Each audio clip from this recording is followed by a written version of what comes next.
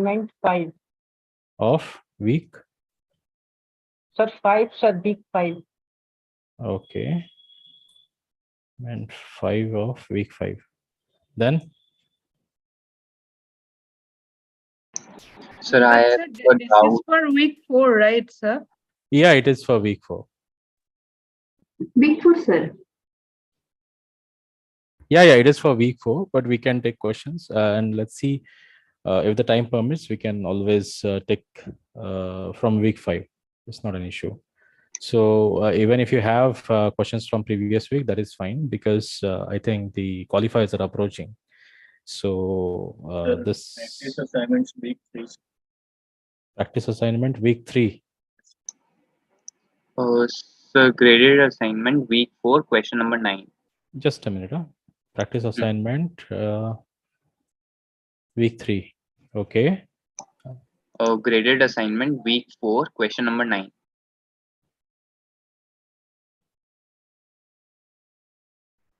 Week 4. Week 4, graded assignment, question number 9. 9 Okay. and 10 both. Okay. Next.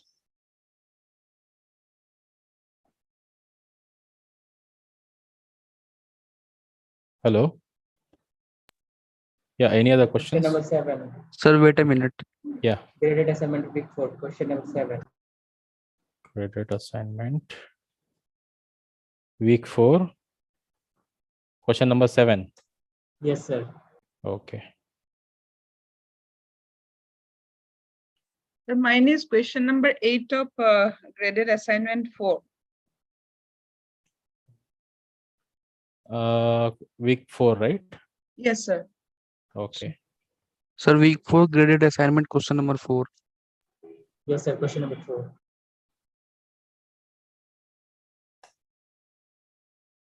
Okay. Next. So question number 10. In.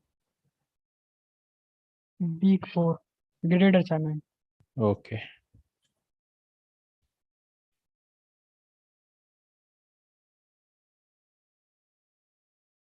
Okay, next. Sir, question number 5, week 4 graded assignment.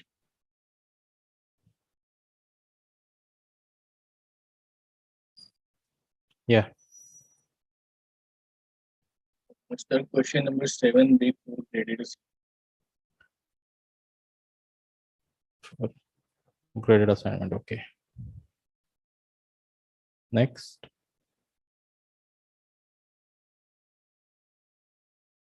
Sir, I have a doubt. Yeah. Is there any dedicated class for practice question for qualified exam, before qualified exam? You want a like session for just practicing, is it? Yes, sir. Yes, sir. Before qualified. Okay. Okay. I will ask and I'll just give me a minute. Okay. Just quickly post in the group. Okay, sir. Thank you.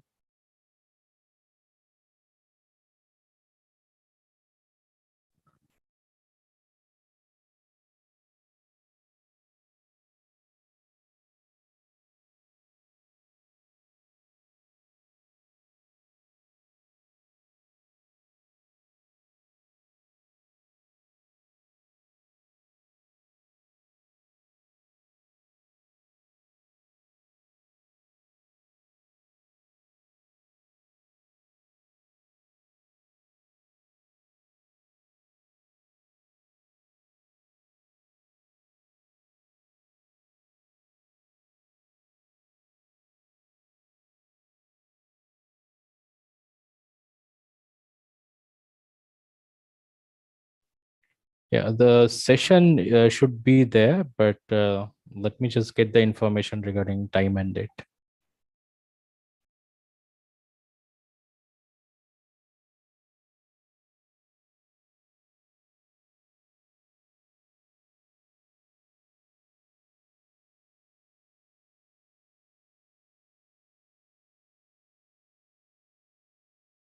can be this session for all the subjects?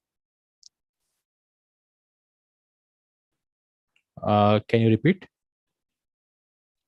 Can these practice session will be for all the subjects? No, this is regarding the city course, computational thinking.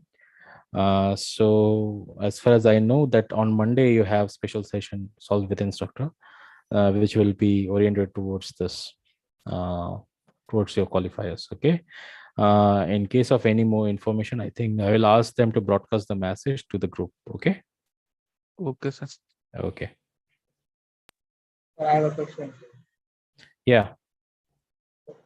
What should we have to more focus on city for qualifier? Can you repeat? Your voice is pretty low. What should we have to more focus on city for qualifier? Till I think week 4, you need to prepare all the material.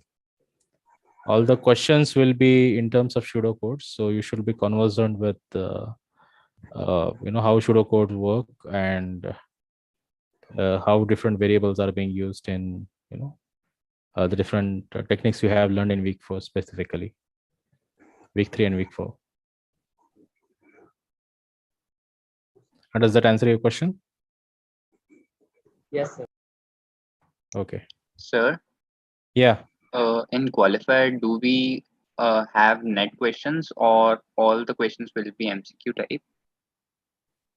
No, I think the NAT questions are where numerically answer type Yes, questions, yes. where you need to put the answer.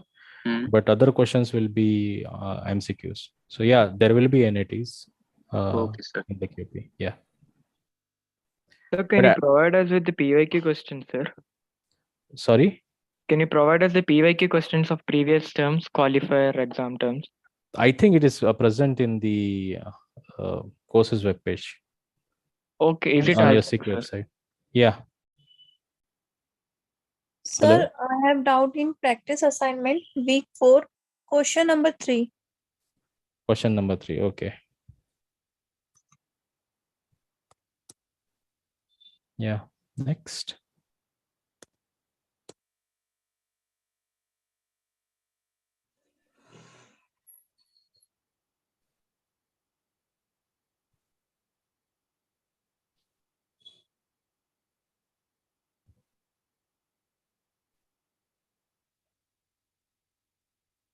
Sir, one more question. Practice Yeah. assignment week 4, question number 5 and 6. Question number 5 and 6. Okay. Week 4, right? So I see that most of the questions are onto graded assignment week 4. And then some of yeah, we can start with that, I think. Yeah. Any more questions you have regarding week 2? Sir, I have a week 3, question. Yeah. Go ahead. Sir, I wanted to ask that suppose we are given a Boolean data type. Suppose the variable is A, and then it's given that if A and nothing else, not and then it means that if A is equal to true or A Yes. equals to No. See, if A means if true, right? okay, If sir, means A, if nothing is given, then it's true. yeah, if A is already declared as true, right? If A means if A is true. Okay, sir, and if it is given that not A, then it's false. It's false. Okay, sir. Even Yeah. if A was initialized as false before, it will be considered as true. Yeah, Right. because in the subsequent section, I think that you will be processing A in such a way that it will turn false or true, right? Once you declare it. Okay, sir. And I then got we it. test it whether it is true or false, because it doesn't make any sense if you just declare a variable and then if A is true or false, right?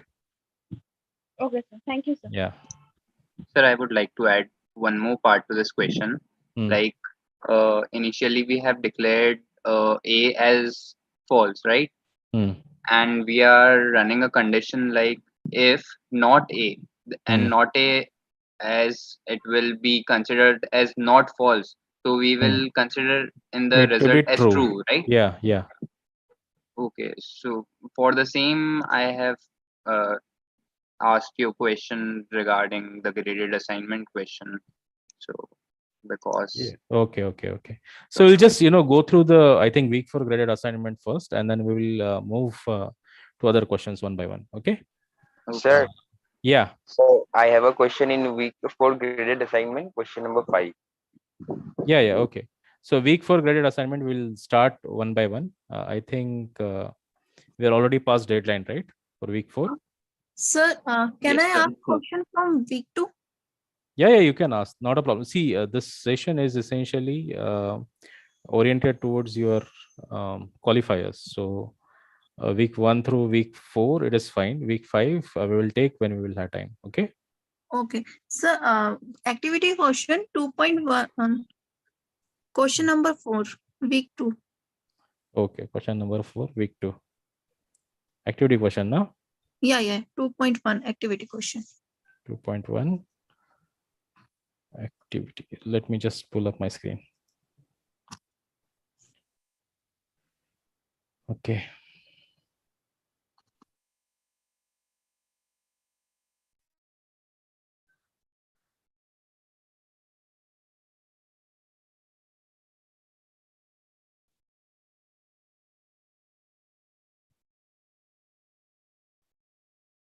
Yeah. So is this the question? 2.1 you have?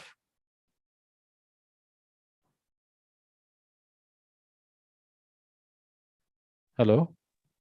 Yes, sir. Question number 4. Sir, I'm not getting this flow chart. How it's work like false and true.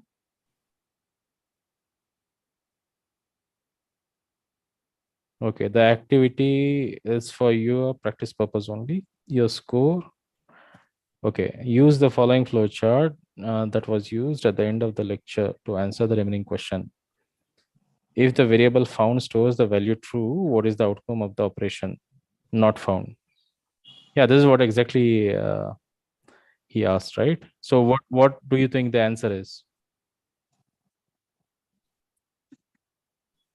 Sir, my answer is not See, coming. No, I am asking you in the activity question 2.1, right? The found is set to false, right? And the question is if the variable found stores the value true, right? If found is equal to true, what is the operation not found will be?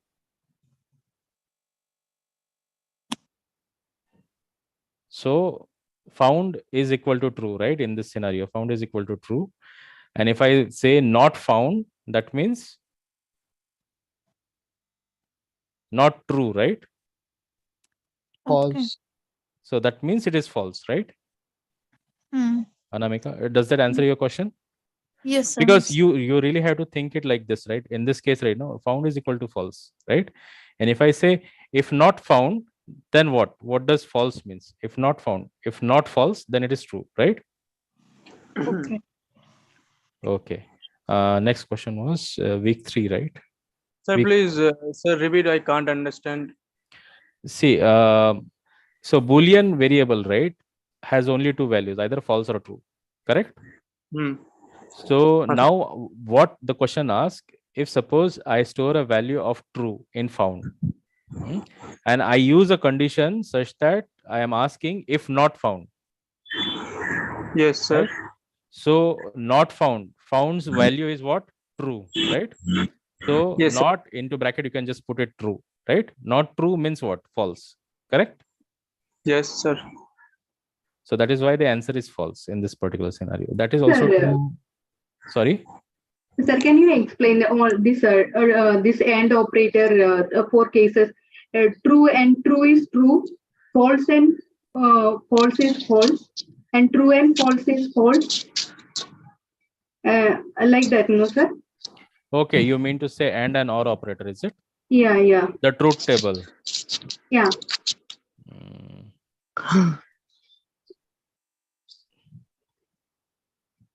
So,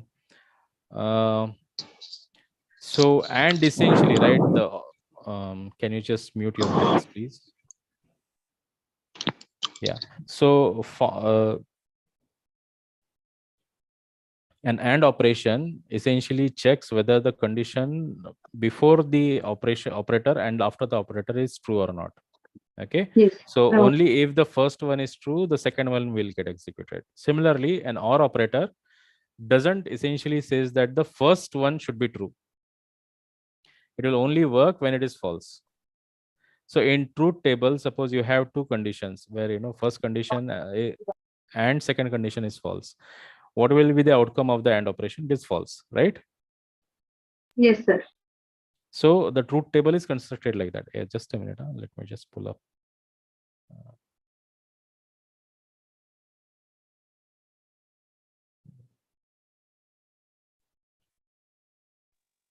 So, sir, in every case, the Boolean data type, if the Boolean data type happens, then it's true, and if not happens, then it's false, right?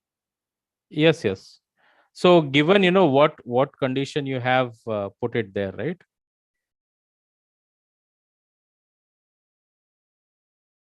Hello. Yes, sir. Hello, sir. Did you understand? Yes, sir. I understood that if the variable is given and nothing is written there, if the variable is given, then it's true, and otherwise it's false. Not.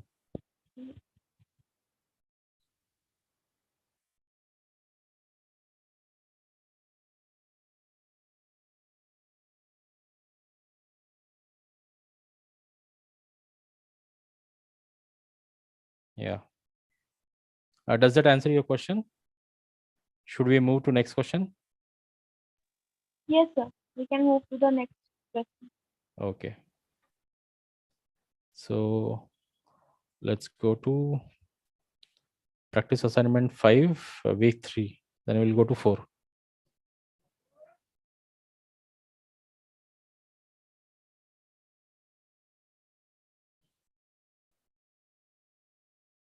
Practice assignment question number 5.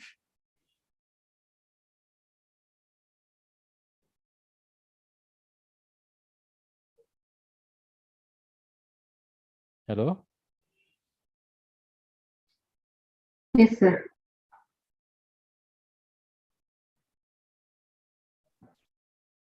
So graded assignment 3, 5, 6, 7. Credit assignment. This is for week 4, right? We are looking at week 3, right? Week 3 practice assignment question number 5 was the query. Correct? Hello. Correct. Yes, sir. Okay, question number 5, 3, 4, and 5. Yeah, whose query was it and what was the query? Hello. Am I audible? Yes, sir. Yes, sir, Yes, you are sir. audible. So whose query was it and what was the query? Could you just elaborate?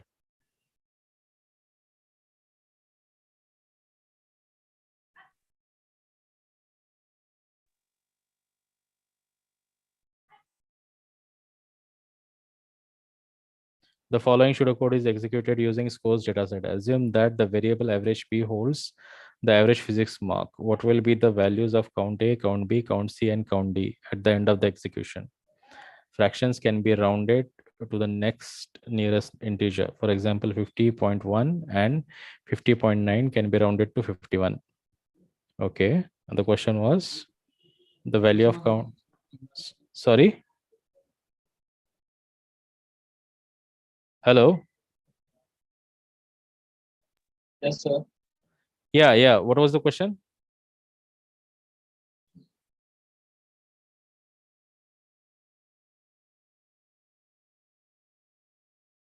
Okay, it seems that the person is not here. So we'll move to the next question. If is that fine? Hello. Yes, sir. Graded assignments are 4. Okay, grade assignment 4, week 4.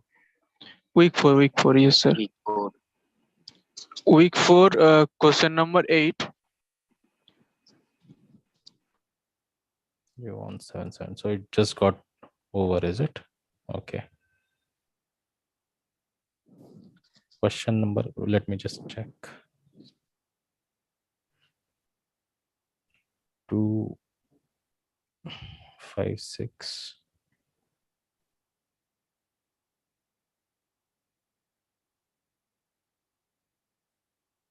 Okay. Question number 4.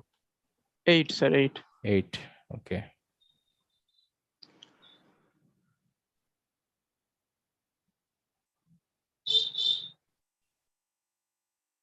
Yeah, what was your question in this? So I'm confused between options C and D. Okay. Also, can you explain why C and D? Okay, the question is the following pseudocode is executed on Olympics dataset. At the end of the execution, ABC stores the number of pairs of players from the same nation who have won same medal in different years. Assume that one player has won only one medal. Choose the correct code fragment to complete the pseudocode. It is multiple select question. Okay, so more than one options could be true. So yeah, so your query was, can you elaborate on your query? Yes, sir. I am confused in AND and OR operation. Okay, where is it? Question number 8. Okay, so what should be the answer? Sir, my answer is in there. Which one? Answer two, A, B, and Hmm. one of between C and C D. or D. Okay, yeah, so what was your answer? A, B was there, and you are Answer confused sir, between D. why it should be one of these, right? I see maybe D answer also, but sir, I confuse A and OR operation. Okay, and an operation. So the question essentially asks you is that pair of players from the same nation who have won same medal in different years. Okay, that is the condition. Yes, sir. So in this, what we are doing here is that we are reading the first row X. Then if it is gold, we are moving to a separate table. So essentially we are binning it here, right? We are binning as per Yes. the gold, silver and bronze. So we have 3 bins.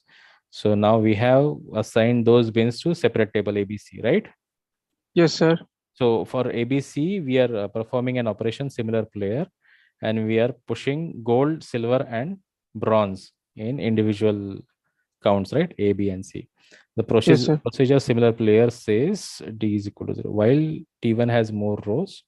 So it's just passing table, right? It is not taking anything in return, is it? Yes, sir. It is returning number of players actually, right? Similar players with the same medal. Number of players from the same nation who have won same medal. That's why it is what do you call it? It is But I binned think in. it was pair of players. Pair of players, player of two players Not the number with of different year and same medal. Yeah, same nation. Same nation, yes. Sir. Same nation, different Same year. medal, but different year. Right. So in this, read the first row. Okay, while so you need to compare the two, right? So in A, what it is doing, it is comparing the nationality that has to be the same, correct? Yes, And sir. it should have different years for that particular what do you call it? It So will.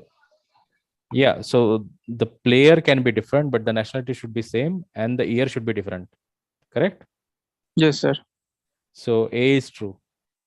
It is going if so there is no doubt in between A and B, is it? Yes, sir. Doubt Because in C and D. yeah, it is only switching the position of A flow Just in A and switches. B.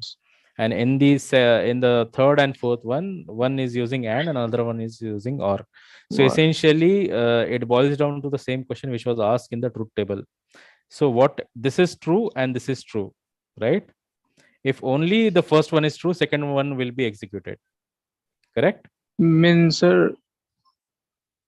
For this statement to be true, right, the year should be different, right?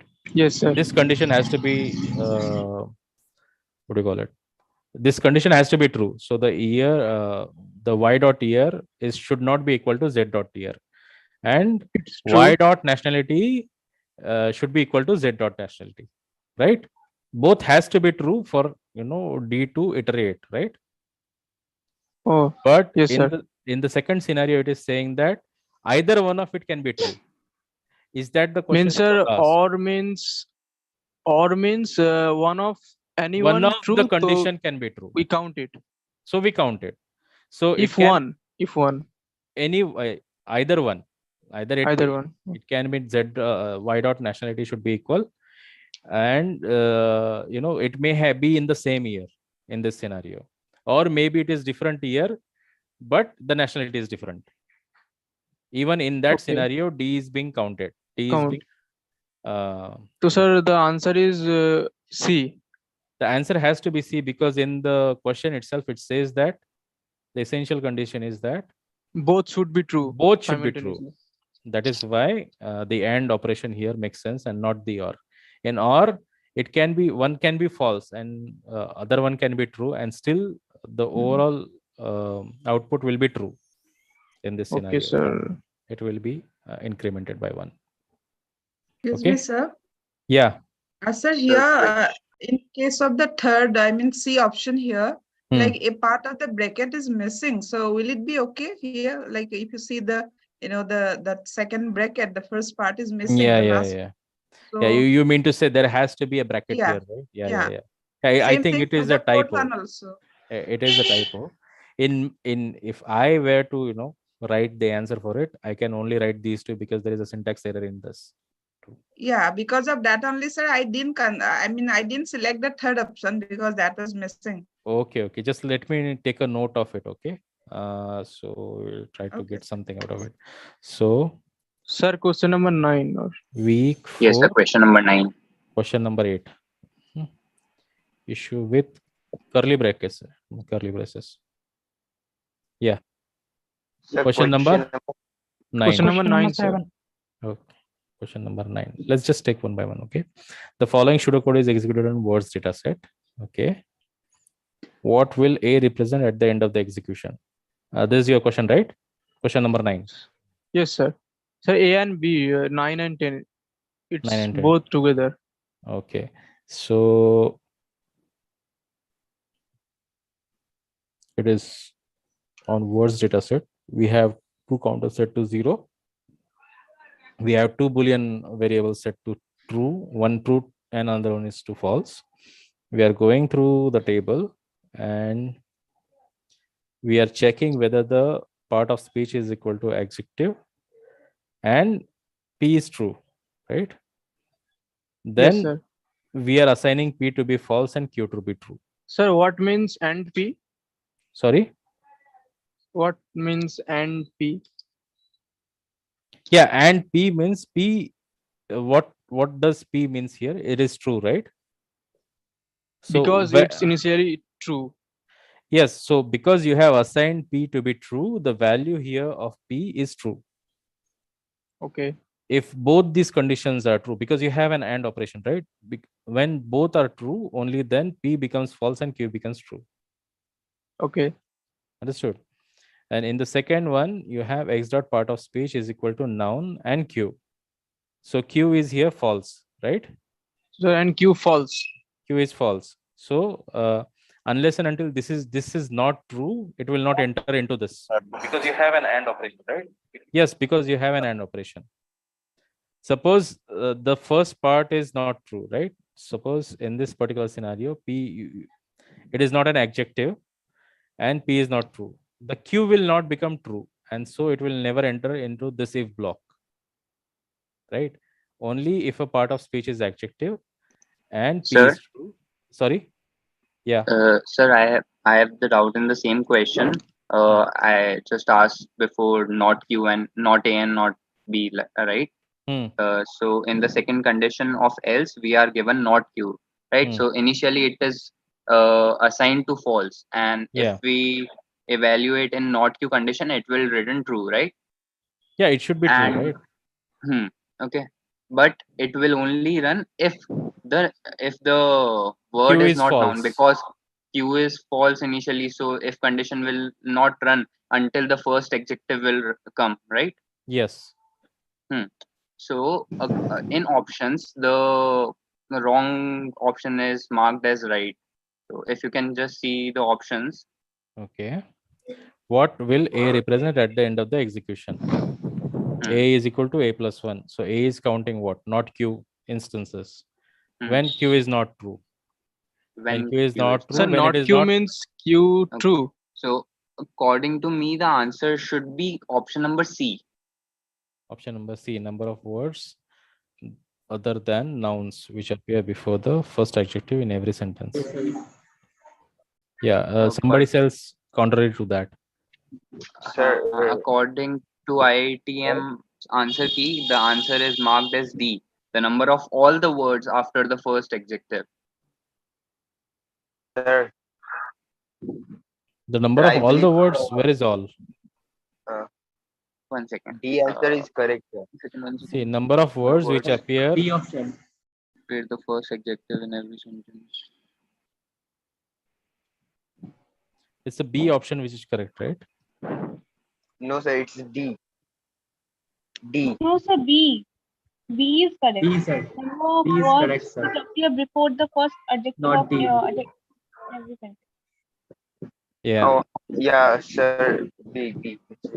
In my So- question, it was D. In the. Oh, okay.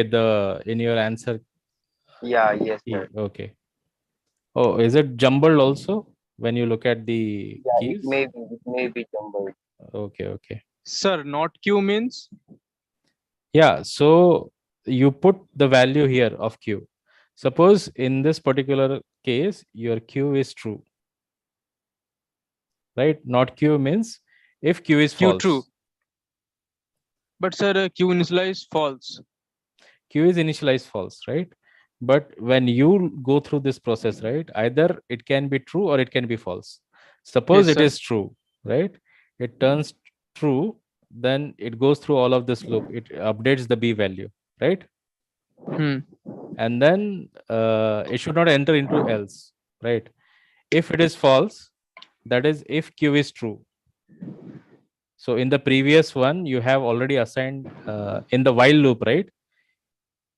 In the beginning. Yes, sir. Your at the start, your Q is false, right? You enter into this loop. For the first loop, Initialize Q is false. assume both the conditions are true. The Q turns true, right? And then if conditional will turn this also will turn true, correct?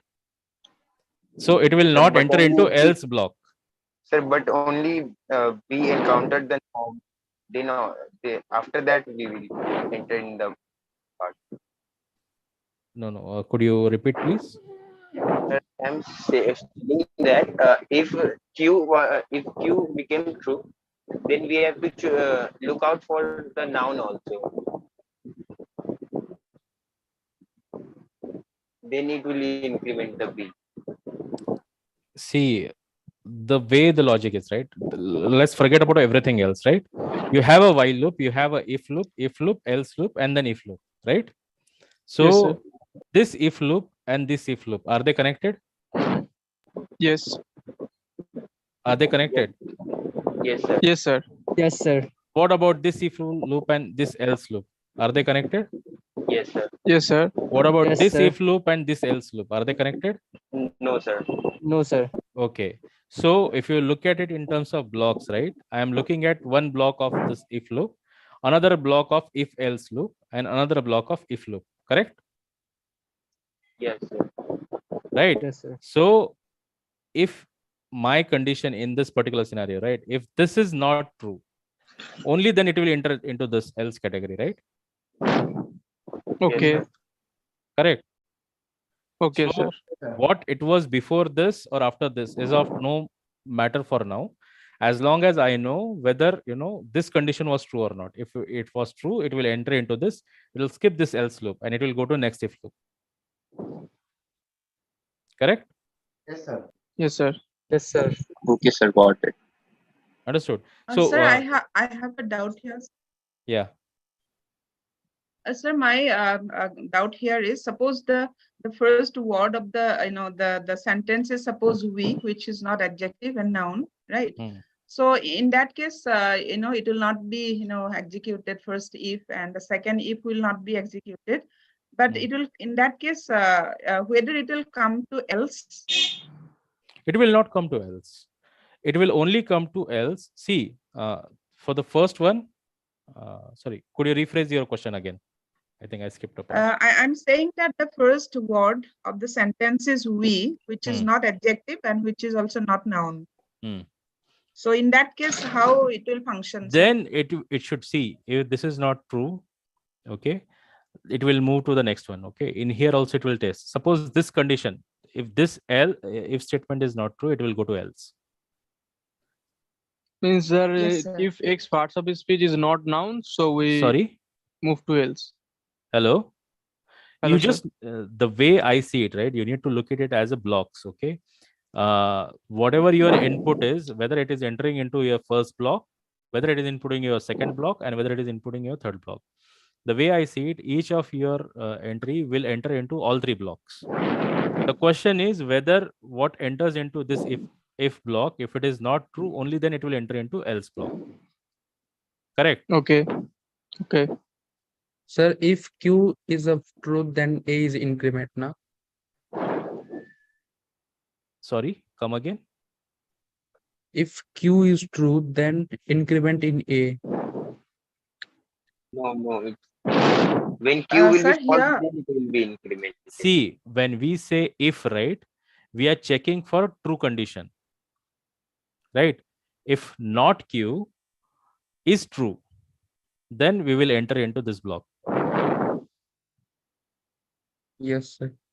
Right. So if not Q means what? Not Q means parts of speech adjective. Q. No, forget about it. Just look at the Q has to be false. True, sir, true. Q is true, for sir. not Q to be true, for this statement to be true, Yes, it has sir. to be false, right? Q has to be false. Yes, sir. Q has to be false. Right. So there are two ways. Like this is where usually the confusion gets. Look at your if statement, right? Whatever is in the bracket, you're testing whether the condition is true or not. If the condition is not true, which is present in the block, whatever, it can be anything, then only it will enter into else block. If this condition is true, that is not Q is true. So when not Q is true, when Q is false, right? Then Q will turn into true. Correct? Yes, sir. Then your if condition is met, and then it will enter into the block. The same is true. Like the way I do practice it, right? Is I will look at it and I'll just assign it true or false, right? Suppose true and true, then it should enter into it. If I had a or here, should it enter into the loop or not? That is what I will look at it. So a level of abstraction, you can do it. Like just thinking, instead of looking just at this, you can just say, okay, this is true and this is false. Or this is true and this is true, only then this will execute. This is true, only then it will execute. If this is not true, if this is not false, only then it will execute. Right? yes, sir. Sir, I have again one question here. Like when we have the if statement that it is noun and it is Q, then suppose it is not, in that case we'll go to else. Now when we say else, it means that the statements may be, suppose, not noun and Q, it may be not noun, not Q, and like it may be noun and not Q. Does it mean what will be the, I'm not considering if not Q, simply I'm considering the else one with respect to the second statement when it is noun and Q. So when we say else, what may be the different statements here? Still... Are you getting my question, sir? No. Could you just rephrase it? Okay, sir, my question is with respect to the second statement where it is noun and the Q. Said this condition is not satisfied with respect to the word of whatever I have considered. So I'll go to else. I'll see whether else will be applicable or not. But in this case, suppose I do not have if not Q. So before that, when I'm saying else, so what may be the conditions with respect to the condition of the if statement? I mean, it should be opposite to whatever the condition it is there in the if statement, right, sir?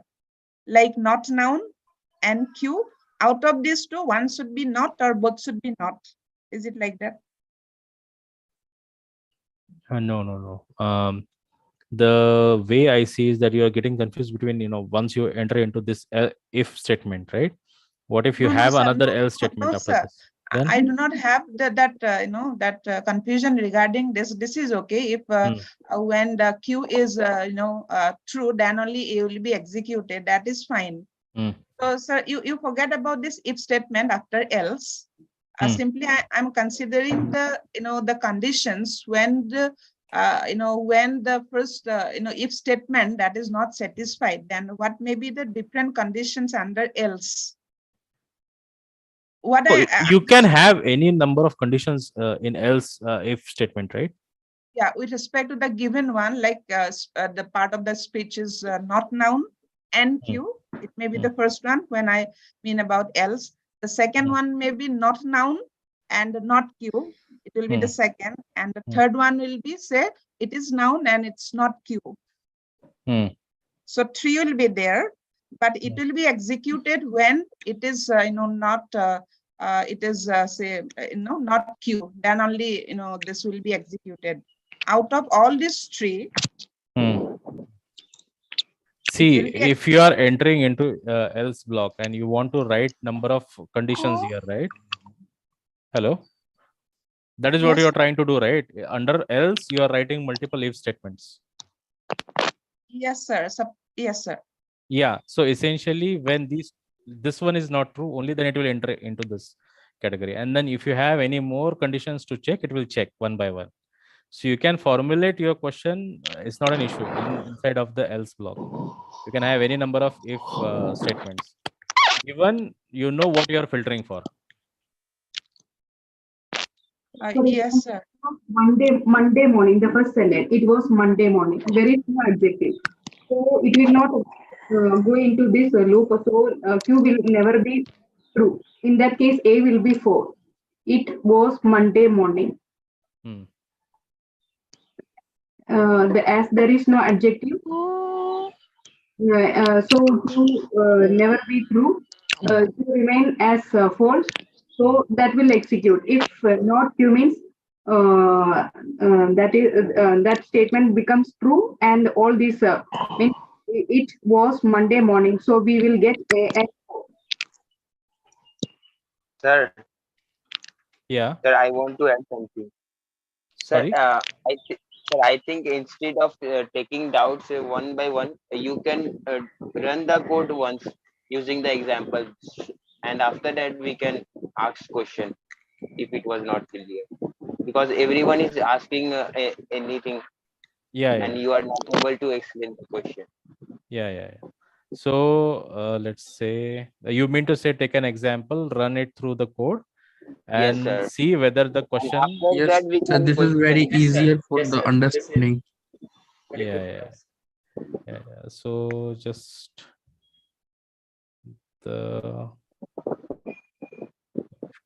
just a minute, huh?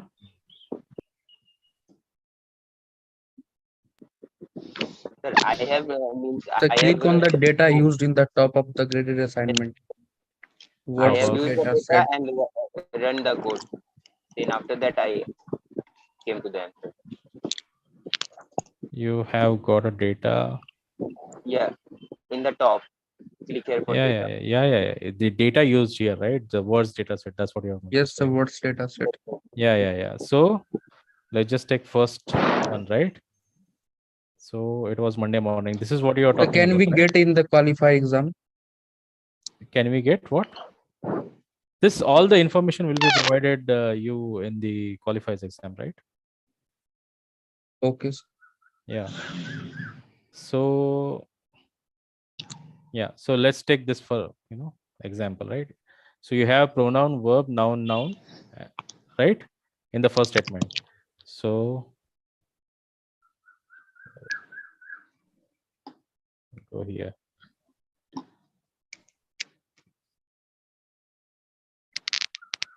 Question number 9.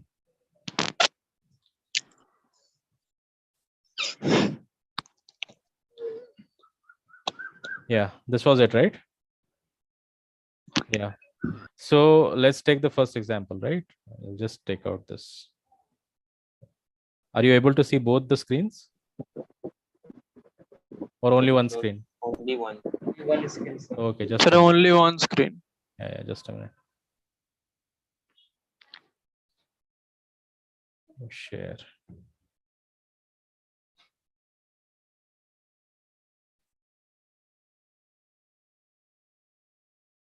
Okay. Now, are you able to see both? Yes, sir. Okay. Now, just take a look at first example, right? So we have set A and B equal to 0. P is true, Q is false. Correct? Now we are going through the table and see if you have more rows. And we are reading so we are reading one by one element, all of it. Okay. So we will look at a part of the speech is equal to adjective or not. It is adjective? No, it is pronoun. And P. P is what? True in this case. So we have it is not true in this X dot part of speech is not an adjective. And P. So this is false, right? So it will not get into this if block. Next if block is that if X dot part of speech is equal to noun and Q. So both has to be true. Your Q is already false, right? So it will not get into this particular code also. Then we will go to else. If not Q. If not Q is true, if not false is true, right? So this is true. So it will go A is equal to A plus 1, correct? Yes, sir. Okay, so then we come out of this statement and then we go to if X dot word ends with a full stop. Is it true? False, right? It is not true. So it will not go through this, correct? So you have now A is equal to 1, correct? Now A is storing 1. Yes, sir. Right. Now we will go to the next word. Now this is was. This is verb, right? Part of speech is adjective? No. So there is an and operation here. So both has to be true. So it will not get into this if loop. In the second if loop, you have X part of speech is equal to noun. Is it true? It is not true. It is verb, right? So this will not again get into this, but it will get into the else block because even now the Q is false, correct? Yes, sir. Then Yes, sir. A is equal to A plus 1. So your A was 1, 1 plus 1 becomes 2. So now you have A is equal to 2, correct? It will skip this because it is not, X dot word is not ending with the full stop. So it will move again. Next, again it Sir, will please go. open the notepad in the left for writing the value of A. I'll just, get a. It's clear.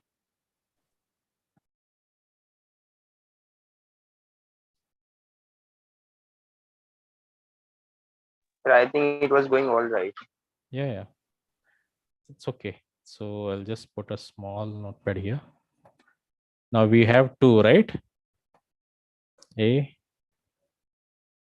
is equal to 2, correct? Now we are at the third word, right? Now Monday is a noun. Okay. We'll take a look at it. Whether it is an adjective? No. So it will not enter into this particular block. Again, it will go to the next block. It will ask whether X dot part of speech is equal to noun. Now this is true, correct? Yes, this sir. is true, but the Q is false, right? So it will Yes. not enter into this domain. It will go to else. If not Q, is it true? Yes. It is still false, right? Q is still false. Then it will Yes, add sir. into one more. So A becomes 3. Okay. Now we will move to the next one. So morning full Sir, stop you not have. Q is true. Sorry? Not Q means true in this code. Yeah. Not Q. So not false is true. So this is true. Wait a minute. Yeah, so So we have completed the third row. yeah, we went till third, right? So A is equal to Yes, 3, right? Correct. Hello? Yes, sir. We have completed third row. Then after that, it Hello? will Yeah, the counter of A is correct, right? It is 3. and each time that each card will be moved to table 2 after that. Yes. Yes, of course. It will be moved from this list so that you are not accounting for it again. Okay? Sir, Yeah. sir, Shreya? I am not getting that not Q part. Okay, so essentially, I think it will be clear if if we store the Q also here. not Q, right? Essentially, your Q is equal to false right now, right? Yes, sir. So if I say if not false, this is correct. Yes, sir. In if statement, you test whether it is true or false, right? True or false. The outcome Yes, sir. of an if loop is if statement. This is what it is, what we are doing. This is what we want to check in an if block. So if not false, is it true or false? True. True, sir. If not false is true, right? Yes, sir. So the if statement will get into its code block. It will execute and it will update the counter. Correct? For that, Q needs to be true. For Q has to be false. Q has to be false for it to be true, because not false is true, right? Yeah. For if suppose Q becomes true, Q is equal to true. So if not true, what does this? False. What does this statement says? False, False. right? Correct? Yes. So Q has to be true for this condition, for it to skip this block. Correct? Yes, sir. Everything is clear now? But sir, Q will be true only if we have seen an adjective before. Correct. It will only become true when we will see our first adjective. Okay, sir. Right?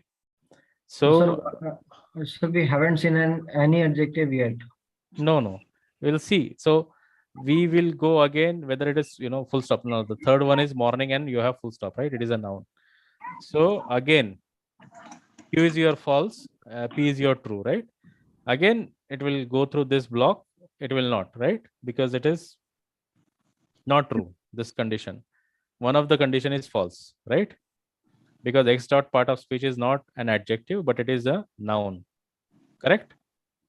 So it will not get into this block. Then again, X dot part of speech is equal to noun. Is it true? It is true, but Q is still false. So this condition again is false. Then it will get into else block, where it will test if not Q. Of course, Q is still false, right? Then it will update again to your counter. A is equal to 4. And then it will check whether X dot word ends with a full stop. True, right? It ends with a full stop. Yes. After morning full stop. Then P becomes true and Q becomes false. Now again, we are resetting whatever we had. So P is equal to true and Q is equal to false. Correct? So the if part and else will be incremented only if the Q is true. Again, come again. So the if part in the else will be implemented only if the Q is true. Q is false. So, but we have been given that Q is false and not false is true, right? Yeah. That is why if not false, that is a true condition, right? So, sir, when Q will be true, then only we will be incrementing the count of A, isn't it? So then in the if condition, it will become false because it was not Q. Because not Q becomes false, right? If Q is true, you're just saying if not true, which means if false, then it will not enter into it. For if to operate, it has to the whatever condition you are putting it into it has to turn true. Sir, the second sentence has the adjective. Yeah, so the next statement has an adjective, right? So we'll go to the next statement, right? So Swaminathan was reluctant to open his eyes. right? So Swaminathan is noun. Again, we'll just go one by one. So Swaminathan is noun. So do you think it will enter into this block? No, sir. No, sir. Right? Will it enter into the second block? No, sir. Yes, sir. No, no, sir. No, right? Because, sir, Because Q we is No, sir. restated Q Q is false. false. It is Yes, still sir. false, so it will not There is enter an into end this. operator now. Yeah. So else again So we else will operation is true. yeah. So else operation is It true. become So it will count A again. becomes 5. So A becomes 5, right? So again, we will go to if x dot word ends, it is not true, right? So it will not enter into this block.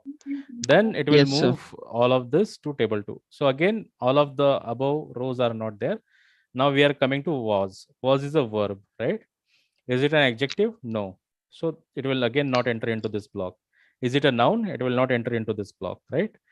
But and because your Q is still false, it will enter into this loop and you have one more addition. So it will become 6. Correct?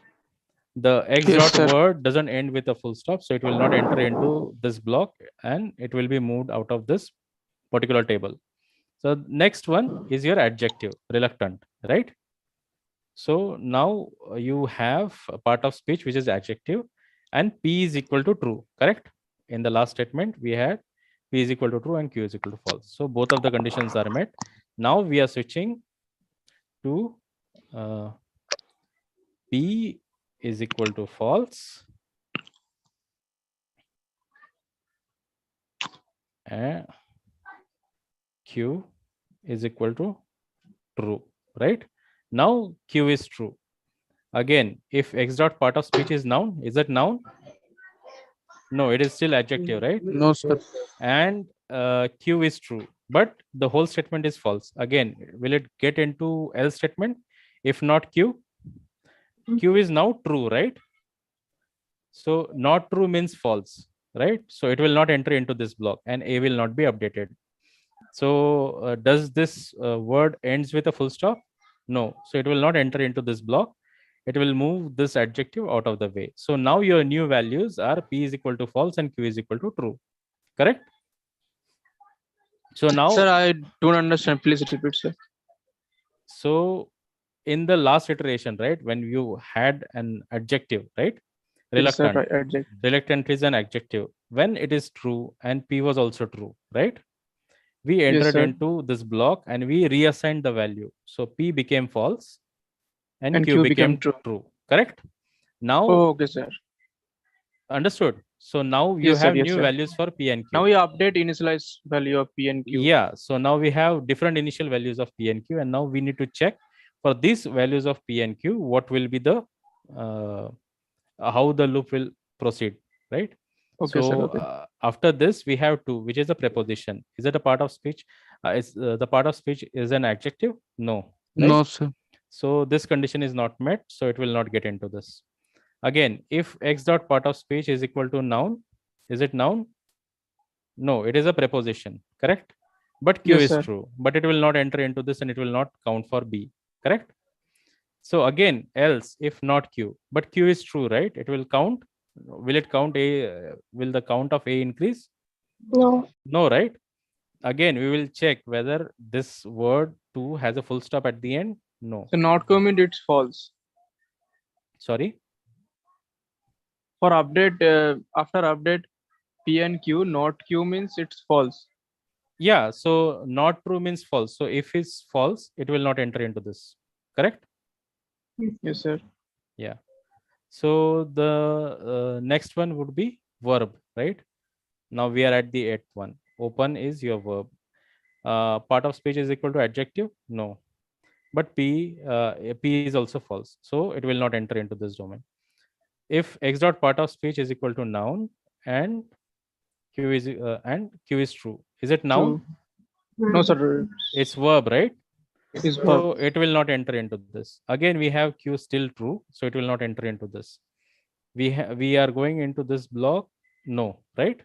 So we'll move this particular verb open out of the our table. So now the first element in your table would be what?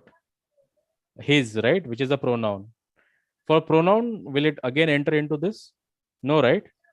None of it will be updated in here. Yes, sir. So the next one is your noun, right? And the noun is eyes and you have full stop. So it will check whether x dot part of speech is equal to adjective.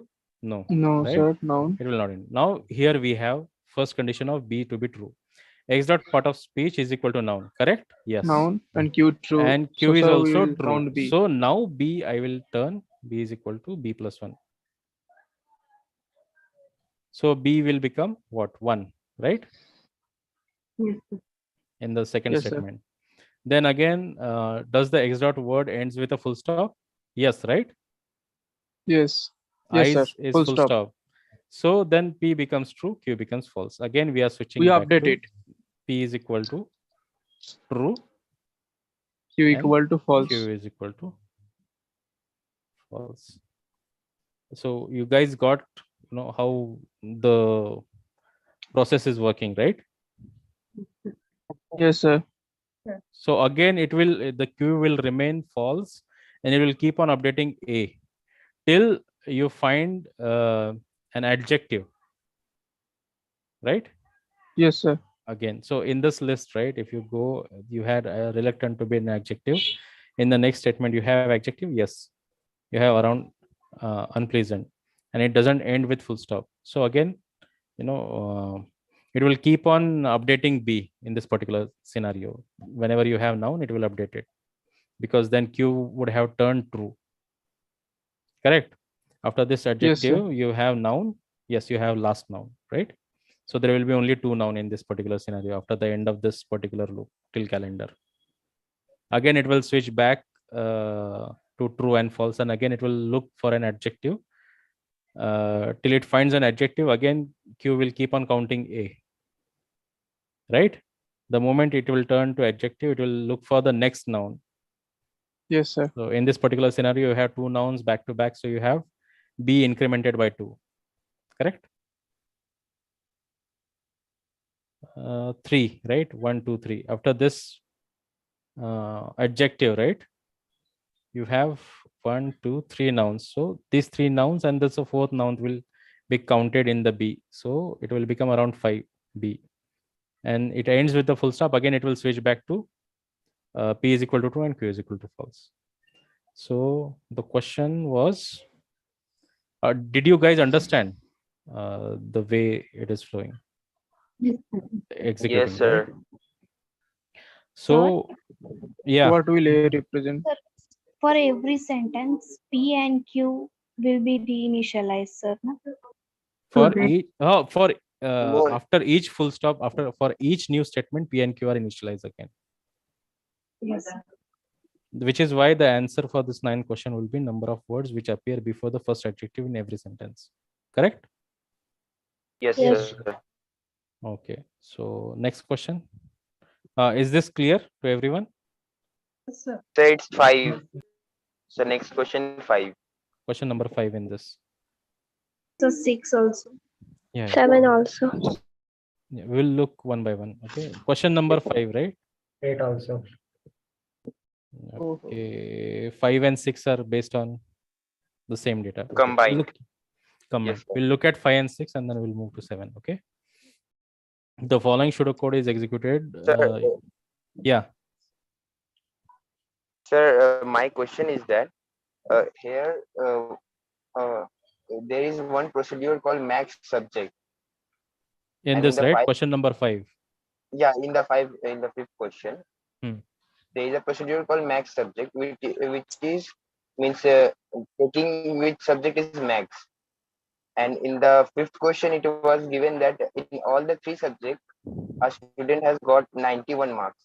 And hence the max procedure would not be able to find any max subject. Then how it will How means did it then found how physics? yeah how he put the student in the physics club. That's Okay. my question. Let's do the same procedure again. So we'll go to scores dataset, right?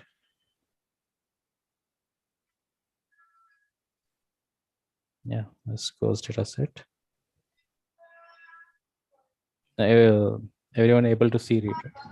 the screens, all Yes. three? Yeah. Yes. So we will again go through this particular pseudocode one by one, right? So you have three integers being initialized, M, P, and C.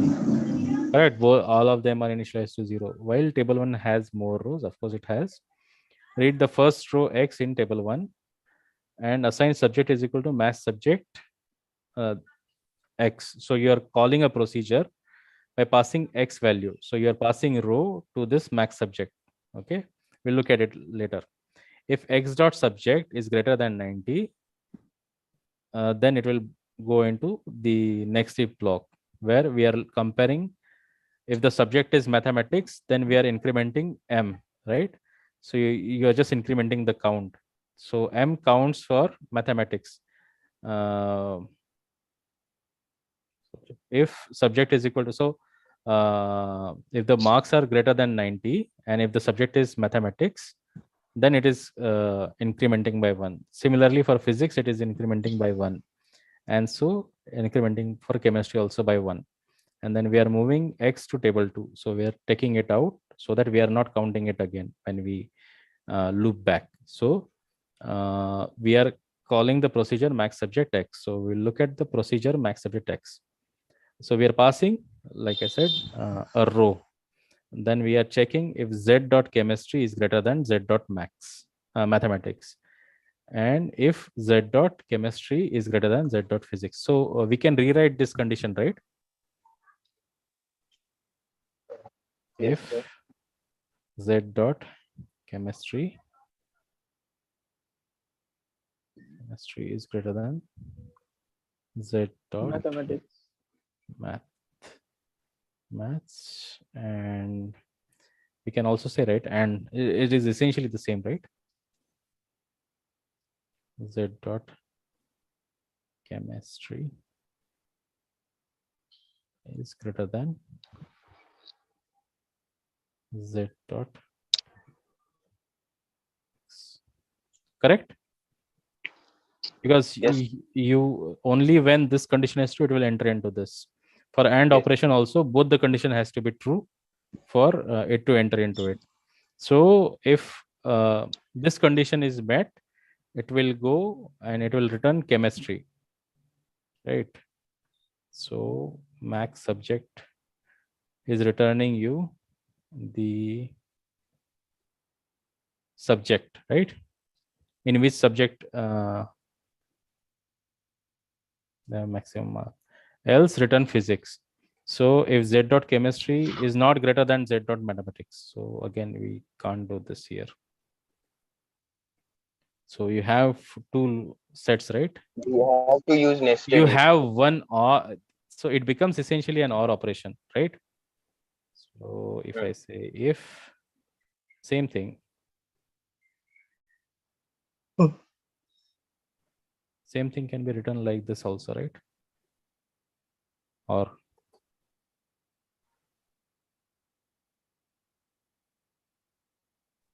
Sir, no, it is not. sir, Sir, Yeah. we have to use nested if condition. Yeah, it is Then- nested if. can I speak, sir? Yeah, sure. Go ahead. Sir, in this, sir, if we know that the marks are equal, so none of the mark is greater than, neither the physics is greater than chemistry, so it will always go to else block and hence will return the physics marks. Yeah, correct. Physics. If you have equal marks, right? Suppose Z dot chemistry is greater than Z dot mathematics, and you have Z dot chemistry which is not greater than Z dot physics, it will return physics, right? So it can be equal to, or it can also be less than, right? Yes, right. But marks are equal. Given that marks are 91, equal for all subjects. Yeah, in this scenario, what he, yeah, okay, let's just look at the question number 5, right?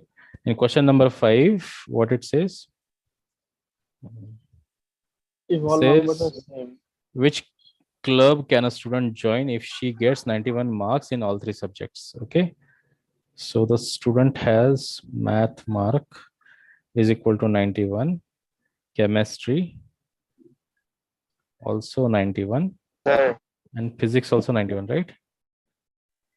Yes, sir. 91. Yeah. So we will go again into this. Okay. If z dot chemistry is greater than mathematics, no, right? No.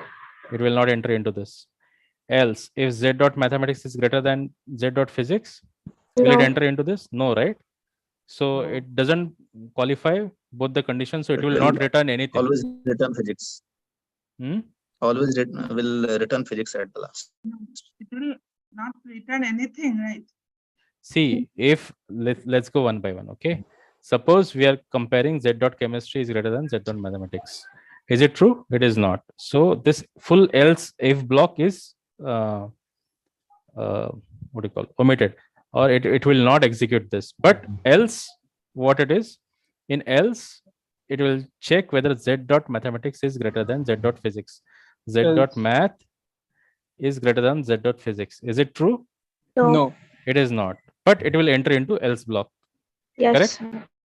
Correct. Because we are not testing again. Yes, In else it is we are Yes, just sir. saying that return physics. So in I any got scenario, that. it is returning physics. Sir, it else means physics greater than mathematics. No, no, no. We No. are we specifying the? It just means that this is not true. When if is false, it will go to else. Correct? Just now Yes, we sir. said, So right? in this If case, this physics condition answer. has to be, it will execute only when it is true. This block, and else block is executed when if block is false. Correct? Yes, sir. Yeah. So which is why it will always return physics. Okay. Now what was number 6? No. But which else is updated, sir? See, in the first one, right? In the first scenario, you are getting into if statement, right? So there are two blocks if I look at it. So a block goes from here. Sorry.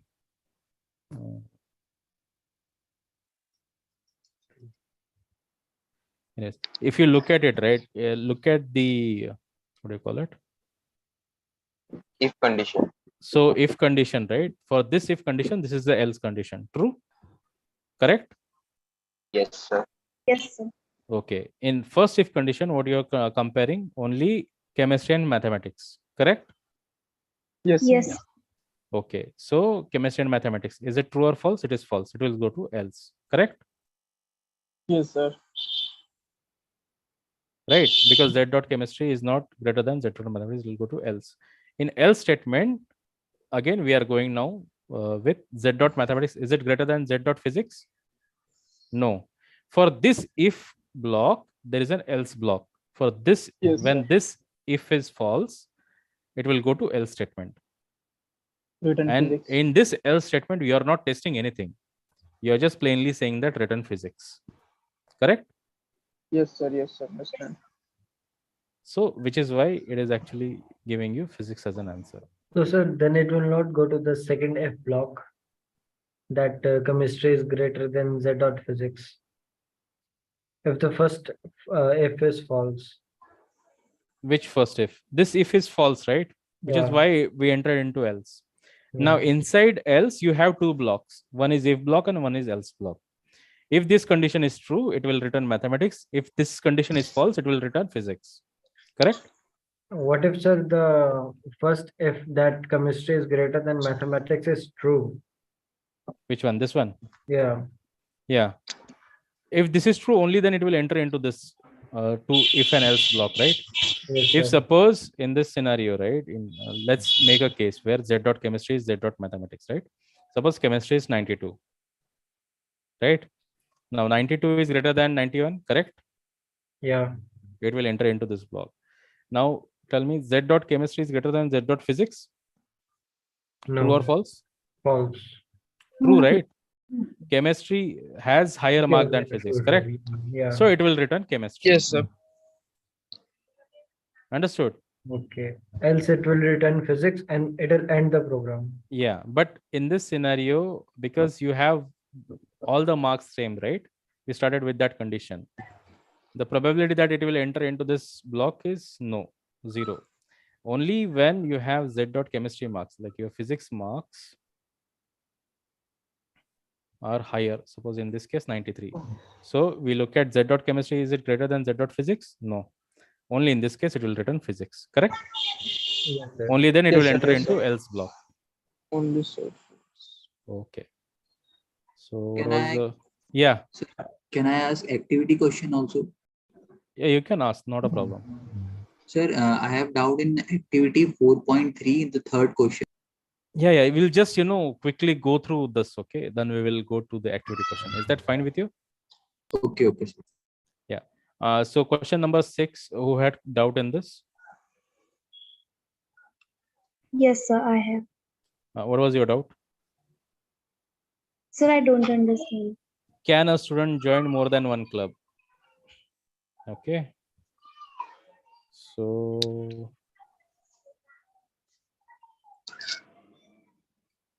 the following pseudocode is executed using So suppose one data more set. doubt. In the procedure, we update only physics.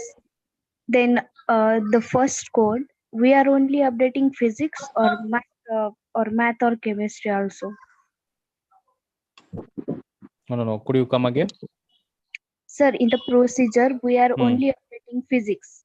We are not only returning physics, right? Given the condition, it can give you chemistry, physics, maths, or physics, right?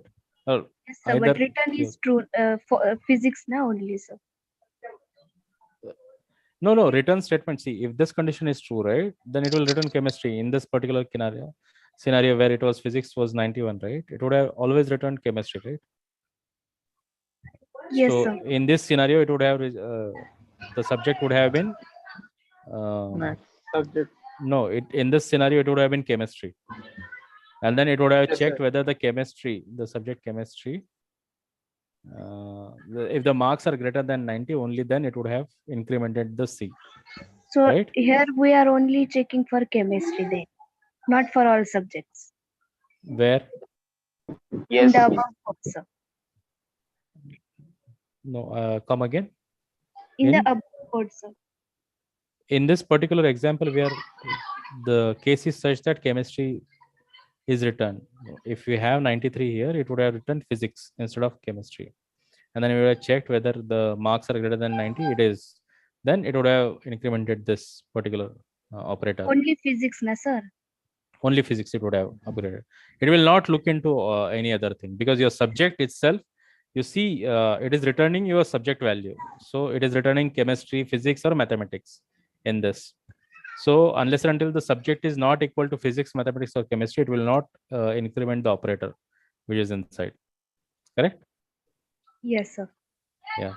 So if suppose subject is your chemistry, so this statement is not true, it will not increment. This statement is not true, it will not increment. It will only increment the C operator.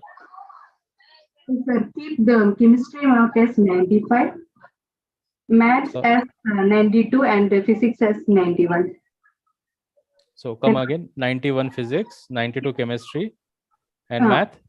Maths chemistry 95. 95. Okay. Chemistry 95. Oh, okay. Okay, sir. Okay. Your question? Sir, option 3, my option 6. Question 6. In question 6, can a student join more than one club? So there are 3 clubs, right? In all 3 clubs, you are checking whether the marks are more than 90. Correct? Yes, sir. And the club membership counter is M, P, and C. It is incremented by 1 whenever the subject returns any one of it. Does your procedure says anything about the student?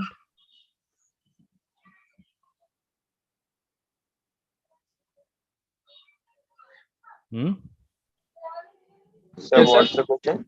More than 90 marks, sir. In this particular case, right, we are only looking at the subjects, right? Yes, sir. We are keeping tab of subjects. We are not keeping tab of students. Yes, sir. But sir, MPC represent the.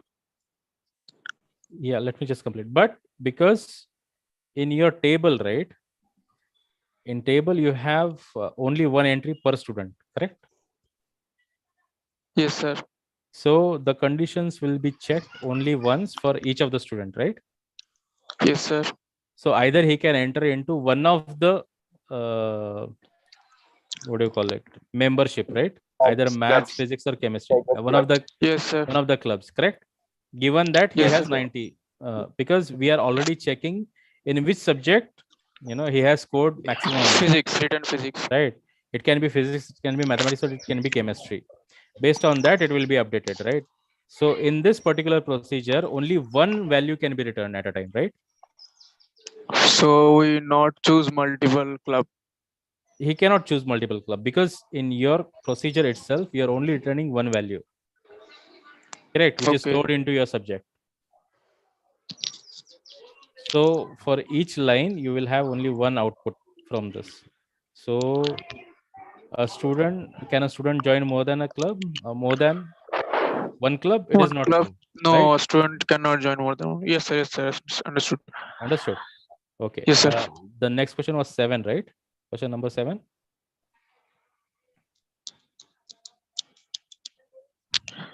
Hello? Yes, sir. I think question number 3, 5, and 6 was there, right? 5, 6 is over. Question number 10, question number 4. The 7 also. 7. Okay, let's just take a look at it. 7. Okay. Sir, will you take question from practice assignment? Practice assignment from 4, sir. Week 4 we can take, no problem. We'll just go quickly through this. Okay, what was your question in this? Question number 7. Sir, I didn't get the procedure of S item. 5 and 10.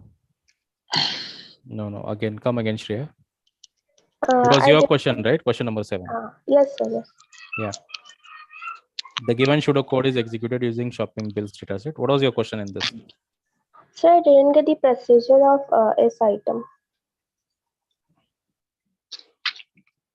This procedure is item is what you couldn't understand, is it? Yes, sir. Okay, but you could understand why the fill, like whatever the answer was correct or not, or not even that. So I think last answer. Sorry. Yes, sir. Last answer. Yeah, Answer option D. Okay, let's just take a look at the code. Okay, the given pseudocode is executed using the shopping bills dataset. Frag stores the ratio of number of customers who purchase both soap and face wash.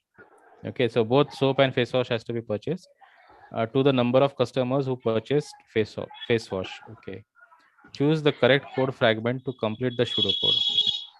Okay, so you are counting the number of customers which have purchased both soap and face wash, and then you're also counting the number of customers who have purchased face wash, correct?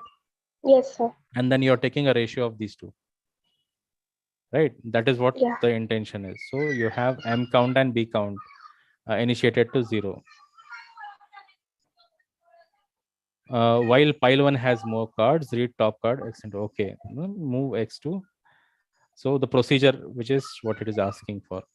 Frac is equal to B count by M count. Procedure is item Y and A. It is providing you 2 inputs.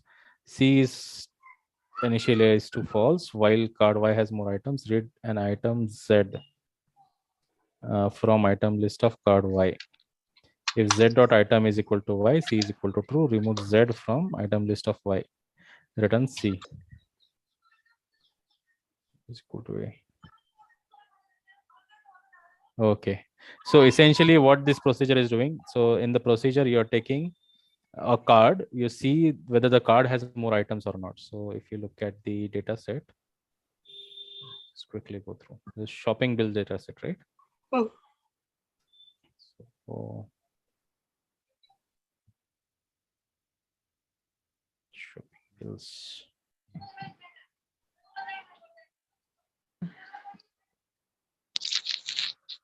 Let's just take one as an example, okay? Okay, sir. Yeah, so this is your shopping bills data set, right? You want to what you're taking, take a card which has more items, right? It has more items. Read an item Z. So this is your item list. You're reading an item Z from it, and you're taking a look at it whether it is equal to A or not. If it is equal to A, then we are returning C is equal to true, and we are removing this particular. So it will iterate over the card while looking for an item A. Only when this item A exists, it is returning true to the code. Okay, now we will look at the options. Okay, if is item X comma face wash. So X is your row, right? X is your card, right? Each card is Yes. your X. Yes, sir. And you also provided face wash as your item which you want to compare. So unless and until, yeah, unless and until your, yeah, if this z dot item is not equal to face wash, it will keep on looking over through your card. When it is not present, it will remove z from the item list. And again, the procedure will follow for next card. While Yes, card, sir. like, you know, because you are providing the next value for the y. So let's take a look at it. Is item X comma face wash? If this is true, m count is equal to m count plus 1. If is item X dot X comma soap, b count is equal to. So essentially, it is looking through full card, and if the item face wash is there, it is counting by 1. If it is soap, it is counting, it is incrementing b count in the first code.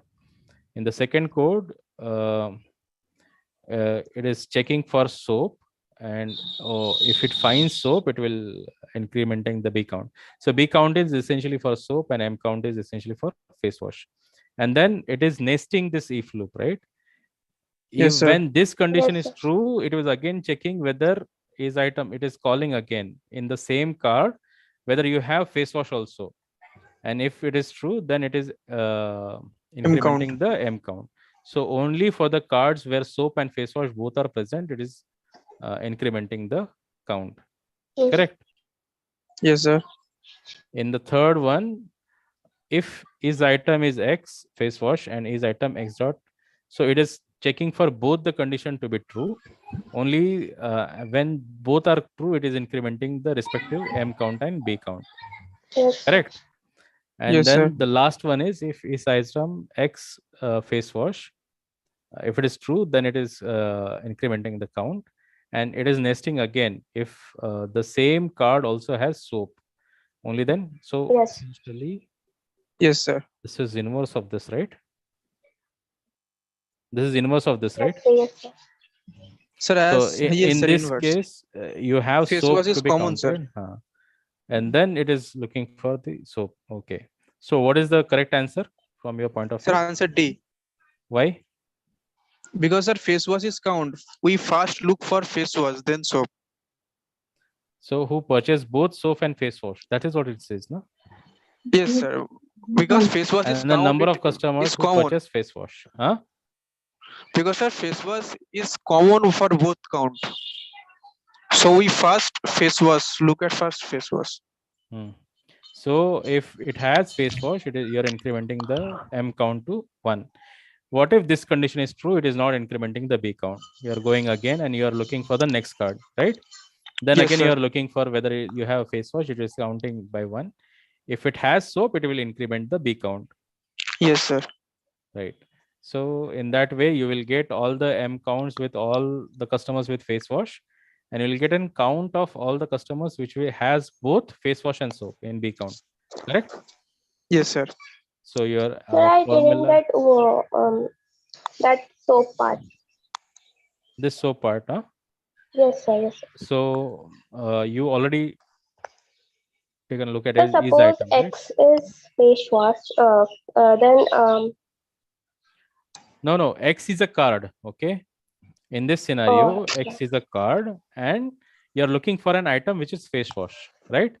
Because sir. if you look at it, procedure is Y and A, where card Y. So your what do you call? Y has to be a card, right? And A has to be an item. And you're looking at it, correct? Yes, sir. Yes, sir. So you're looking for all the counts. So essentially, this count stores all the instances where both are true, and this count stores instances where only face wash is true. Is it true or Yes, false? sir. Yes, sir. Okay. So I think this should automatically answer your query, right? Regarding this, Yes, why sir, this got it. answer is, yeah. Yes, sir. Yeah. Next question was 8, is it? Question number 8 was also there in the list.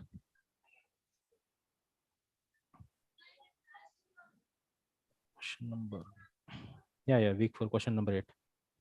No. 3, 5, 6. Question number 10. Okay, who had the issue with question number 10 in this assignment? Hello? Yes, sir. Yeah, who had question regarding graded assignment week 4, question number 10? This we covered, Sir, right? it also done. Yeah, we are done with this. Okay, number 4 was it in this? Number 4. Who had issue regarding number 4? I think I have question number 4 now. Yeah, 4 is there. Graded assignment question number 4, question number 8. And yeah, no one, right? Should I move forward then? Yes, sir. Fourth question. Sorry. Sir, please explain fourth question. Okay, question number 4. 2 words let to be special if they fulfill following condition. Number of vowels are the same in both the words. Number of consonants are not the same in both the words. The given pseudocode is executed using the words dataset. The variable count in the given pseudocode counts the number of spatial pairs. Choose the correct code fragment to complete the pseudocode. So what was your question in this? Number of vowels are same in both the words. Number of consonants are not same in both the words. Yeah. Hello? Yes, sir. You just want explanation of this? Or you had specific doubt in this? Sir, can you please explain fourth? Actually, I don't understand. Okay, so you're going, so I'll just pull up the words dataset again.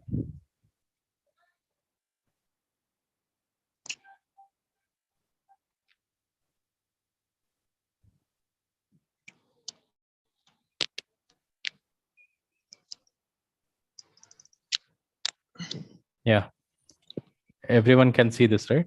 Okay, count is equal to 0 while table 1 has more rows, of course. Read the first row X in the table, move X to table 2 while table 1 has more rows. Read the first row Y in table 1 and then move Y to table 3. Move all rows from table 3 to table 1. Procedure, week count is equal to vowel count is equal to 0, I is equal to 1. While I is greater than or equal to Z dot letter count, if ith letter of Z dot word is vowel count is equal to vowel count plus 1. I is equal to I plus 1, return vowel count. Okay. So you need to identify a right code fragment which will call for week count. So I think option D. Option D. Oh, who had query in this question? Yes. Yeah. So what part did you not understand of this?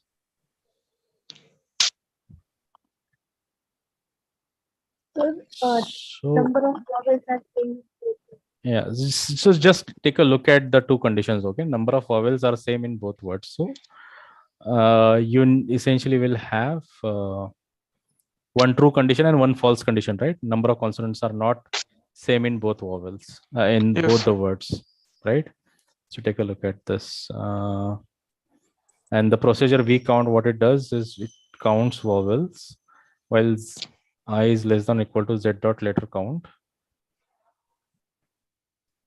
If ith letter of the Z dot word is a vowel, so Z dot word, so it is executing on this list of words, and as long as the I is not 0. So of course, I is always 1 or more than 1. I is less than or equal to z dot letter count. So if ith letter of z dot word is a vowel count is equal to vowel plus 1. Okay, it is just checking whether it is A, I, or U, one of it, and it is incrementing the vowel count. And then it is incrementing I is equal to I plus 1. So it is going to the next letter in the word. Okay, and it will return the vowel count. So it will return the count variable here. Okay, now let's take a look at it. If x dot letter count is equal to y dot letter count. No, sir, it's no. For right, we want them to be different, right? so letter count equal to means so that no, in the condition it says number of consonants are not the same in both the words. So letter count not same. So letter count can't be same. So this condition, like this option is not true, right? Okay, why this is not true? If x dot letter count is not y dot letter count, and if v So count is true. right, and you go count is equal to count plus 1.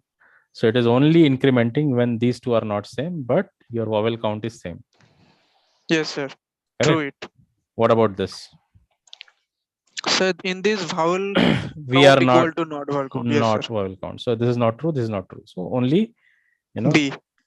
B is B condition is true where x dot letter count is not equal to y dot letter count. Could you understand that? Yes, sir. Yes, sir. Okay. What was the next question? Anyone has any more questions in graded assignment week 4? No, sir. Okay, then we will move to yeah. 9-10 was also there. Practice assignment. Yeah, tell me one by one we will look at it. Okay, week 4. I would like to ask you, do you have any questions regarding this activity questions? The question number 8. Activity question number 8. No, sir. Any Graded assignment week 4. Yeah, this is where we are. What question Yes, was it? So week 4 8. 8. Question number 8 we already discussed, right? Yes, sir. Yeah. So, which is why I'm asking you now, if the graded assignment, all the queries are answered, can we move to activity questions from week 4? So activity question number 8, was it? Hello? Am I audible? Yes, sir. Yeah, so I see activity question number 7. Where is activity question number 8? Which problem? Week 4? Hello? Yes, sir. Yeah. So what was the question? What was the query?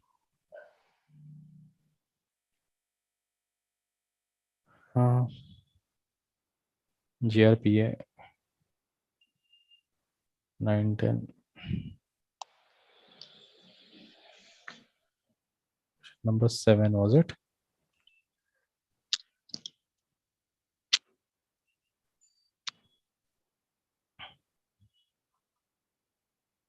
This is the paragraph words that has to provide the information of personal noun pronouns to resolve pronoun with its equivalent matching noun.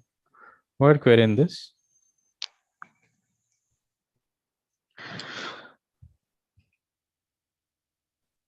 Okay, just let me know any other questions you want me to discuss here. Yes, sir. Graded assignment week 4 question 1. Nested loop. Graded assignment question number 1. Yes, sir. Okay. Nested loop. For which of the following situation is a nested loop needed? Assume that no procedure is used. Yeah. So nested loop means? So a nested loop would be while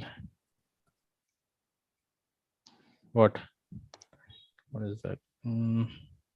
So this is a nested loop.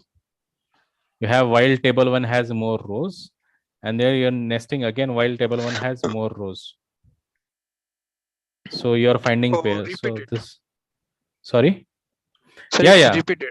It's more than repeated. So So it's essentially you called want to loop. compare between the rows. That is why it is nested loop. Hello? Yes, sir.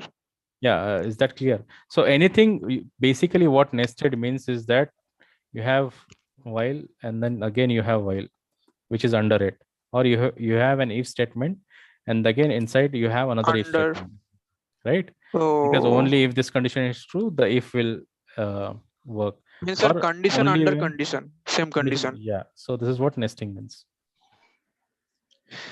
Sir, if second while condition is another, then it's called nested loop. Come again, can you elaborate? If sir, second while condition is another condition, not table one has more rows, then we called it nested loop. See, for it to be called nested, why do we use nested loop? Is that we want to compare something, right? So in this scenario, in while we want to compare rows with rows, right? Okay. Within those rows. So that makes sense. This is relative, right? Both relative, of them. yes. Yeah. So that there has to be a relation. So whatever you want to compare or whatever you want to filter, you need to ensure that, you know, while nesting, that is why, you know, usually people want to do comparison one on one. They will use nesting operation. Okay. Basically. So they are related. It cannot be like, you know, you're doing extremely different something within these conditions. Does that answer your question? Sir, answer of the question one. Question number 1. Yeah, which of the following situation is a nested loop needed? Assume that no procedure is used in multiple situations. To find the number of authors who have written a book in French in 2007 from the library data set. To find the number of pairs of students who have scored the same physics marks from the scores data set. To find number of players who have won the medal in wrestling from the Olympics data set. To find the number of students with at least 2 vowels in their name from the scores data set. At least 2. Yes, sir. Yeah, so sir, one of this is a pair because we compare to. Yeah, like this is pretty straightforward, right? To find the number of pairs of students. So you have list of number of students and you want to compare between them, right? Yes, sir. The yes, physics sir. mark. So you have a nesting operation going on, right? But sir, another one. So to find the number of students with at least 2 vowels in their names. Again, you need to compare, like you need to have a count of their names, right? So how many vowels they have, and another one you need to compare it one on one, right? Suppose. Yes. Sorry. Sir, can you write the code of this student with at least 2 vowels? Yeah. So let's suppose you have.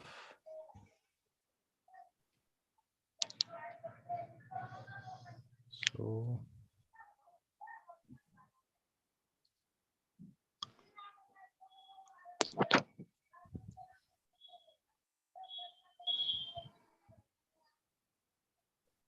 Right. So now I want to count what I want to find the number of students.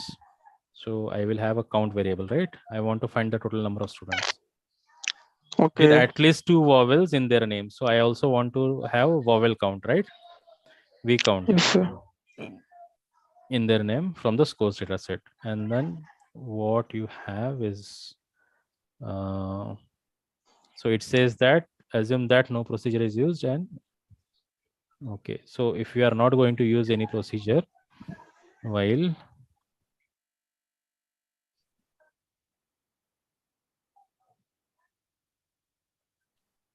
table 1 has more rows, right? Yes, sir. So in that, what you want to do, so just take a look at this. So we have v count and we have count is equal to 0. We will initiate it, right? And then I will give this condition while table 1 has more rows.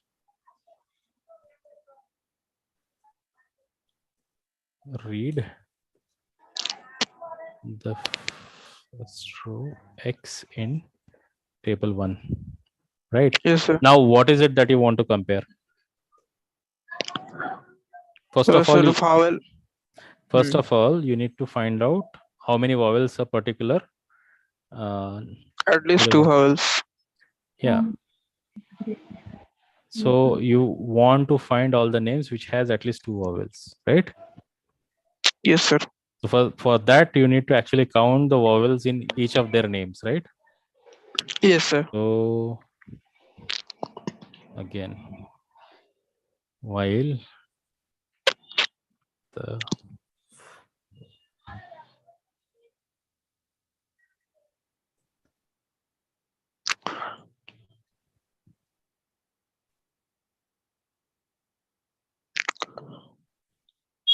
While X has, sir. You want to Yes, sir. move your row X to table 2, right? Yes, sir. Yes. Right. We are assuming that we can use table 1 has more rows, right? So what do you want to do? You want to do read the first row Y in table 1. Correct? Yes, sir. Then what do you want to compare? If, tell me what condition you are going to choose. Number of at least 2 vowel in the last Indian name. Assume that you already have, like, for this sake of this particular example, right? Let's assume you have a separate column which has week count already in it. Week count column is present in your words data set, in the scores data set. So X dot week count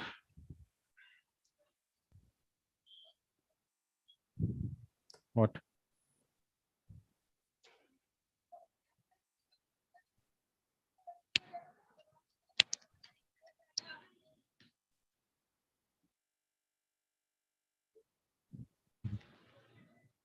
Tell me, X dot week count. Yes, sir. X dot week count.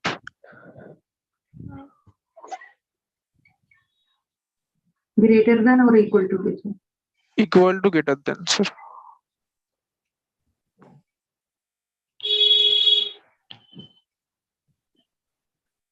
Correct? Yes, sir. And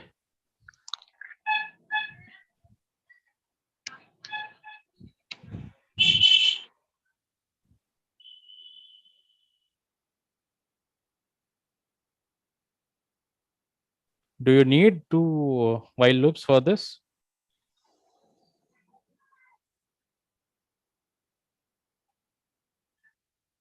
We need one while loop to count the these vowels.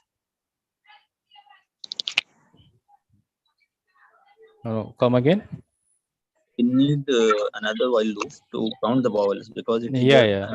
In here, in this case, I have assumed that week count is already present. We have a separate column of week count. If that is the case, we can do this in one single iteration, right? Then it is not nested then. Yeah. Then it will It not is not nested, right? So one is only needed to count the vowels. So read the row X dot name would be, right?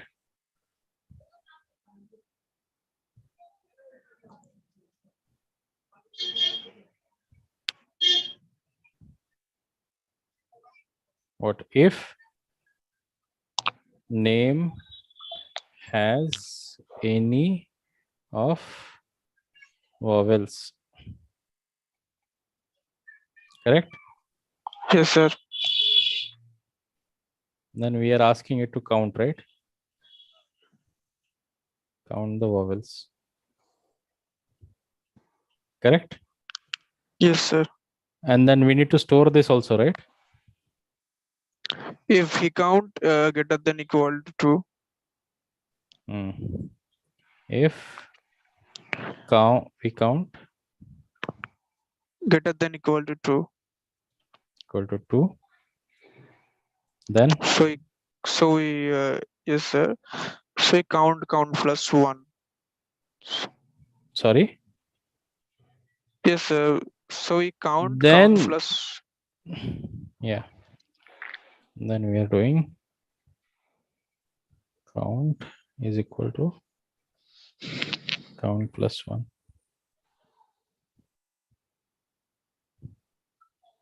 I'm closing the bracket. Correct? Yes, sir. So what we will find with this count? We'll find the number of students with at least 2 vowels, given that we are counting vowels here. Sir, second if block, sir. Second if block? It should be inside the first if block. Yeah, it should be in the first. Otherwise, name has any vowel, count the vowels. No. This has to be out. Now this will be in, and this will be double in. Correct? Sir, had it been earlier like that, it would not have been the nested loops. Sorry, what are you saying? Had it been in the position as it was earlier, if directly just below the if. The issue here is that, right, you're looking at x dot name here, right? Again it is not. Then also it is not nested loop, sir. If it is below. This is not nested, right? Because yes, you yes. have if outside. These two are independent block. You want to count the total number of vowels using this if block, and then we are checking the condition whether we count is greater than 2 or not. So this has to come under this after the counting is done. Okay, sir. Thank you. We need the second while, sir. The X while one has more rows. Is that required? The second while. This one. Second while. The next this line. One. Next line, yeah, sir. Yeah, actually, 2 while loops is not needed. You will have only nested. What do you call it? Because you are not comparing 2 students, right? You are just comparing 2 conditions. Only vowels. So you will have only two one ifs, while two loop. if. So you will have if, which is. So nested for if. Yeah, nested for if. Yes, sir. Yes, sir. You know, read the first row x in the column. This also should come at the end. At least move x to table 2. Yes, sir. Yes, sir. That's right. Something of this sort. So only then you are. So we have initialize. Yeah, we have initialize the counts. So v count is eliminated. So v counts are not needed, maybe. No, we haven't defined the code here, right?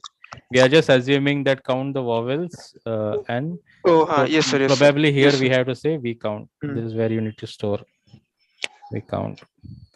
So we are just assuming that it is counting is equal to something which will count the number of vowels, right? Yes, sir. Not this. Yeah. So the count is stored in the v count, and then we are comparing this condition. Only then we are incrementing, and then we are moving to the next name. Yes, sir. Again, we will see whether it is how many count is there and whether the count is greater than 2 or not. Then again we will move to the next name, like that. So it's a nested loop for if. Yeah, nested for if. The second one is nested for while, because you're looking for. What Yes, sir. about the Two. first one and the third one? First, sir, I thought who have written a book French in. Find the number of authors who have written a book in French in Sir, 2007 from library dataset. Sir, it's not nested because. How will you write it? Yeah. Okay, sir. Okay, you guys give me input. I will just put it here. Okay, so do you guys need any counter for the first one? Of course, you need a counter, right? For the find number of authors who have written book, right? Only so for we are count. counting. So maybe author count. Count is equal to 0. Then, sir, who have written a book in French? If sir, this is language is French, while. So first of all, we need to iterate over lines, right? I'll just put it here. Okay. Yes, sir. Okay. So if sir, language, language suppose is x dot. Yes, sir. Suppose x dot Language. x dot language is equal to French. Yes, sir. Right. Sir, is equal to or double equal to? That should be double equal to. Because you are not assigning, right? Yes, sir. And then x dot. And then x dot er. Correct. Right. Equal to 2007. 2007. Then only we are incrementing the count, right? Yes, sir. Count is so the count equal to count plus 1. Plus 1. Why can't we take x dot here in any if blocks? Sorry? Why can't we take x dot here in any if box? Extra if blocks? Because it's a condition in options. So if you see, it says that the number of authors who have written a book in French in 2007, right? So both the conditions have to be true. So it has to be French as well as it has to be published in 2007. Only then the count is. So you can actually break it down into two also. First, you can check whether it is, an alternative would be. What would be the alternative code?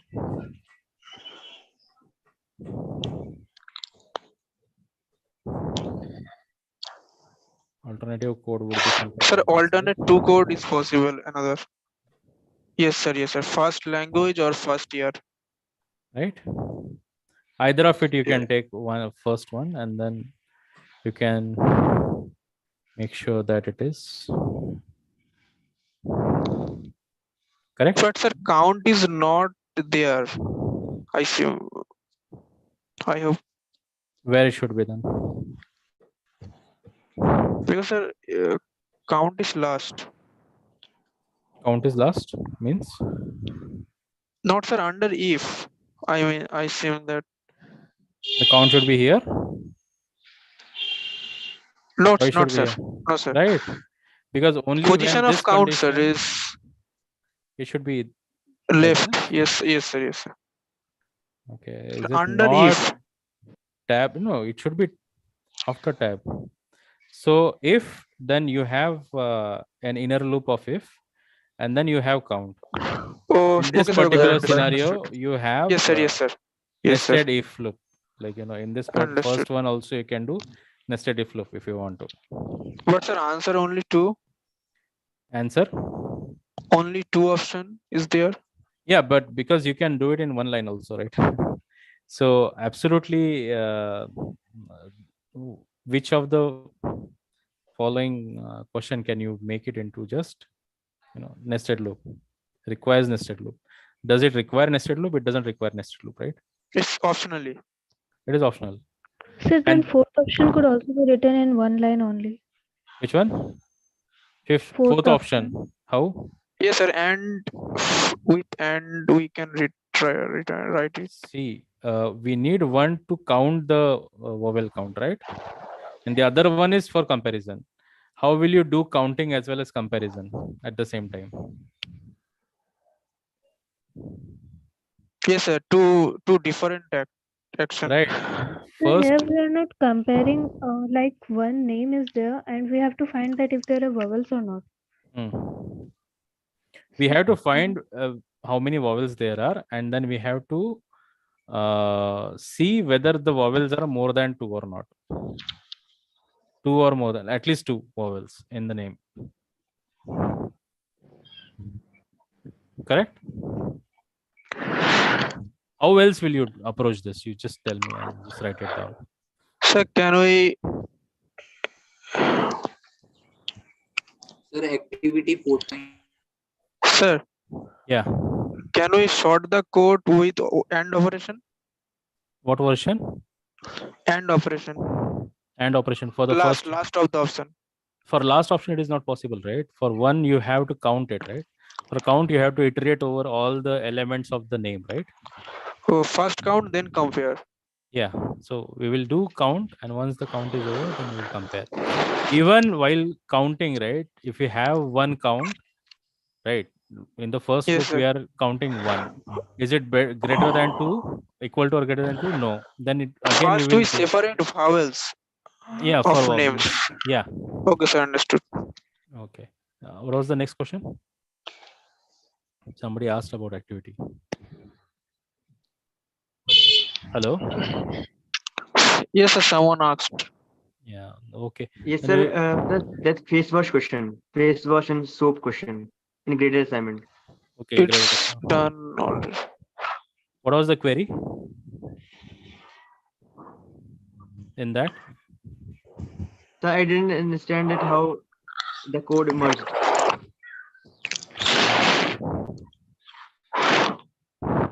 Yeah, in this, right? Yes.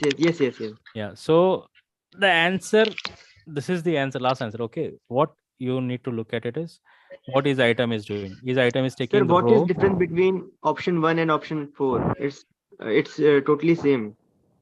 Option 1 and option 4, how they are same? Sir, because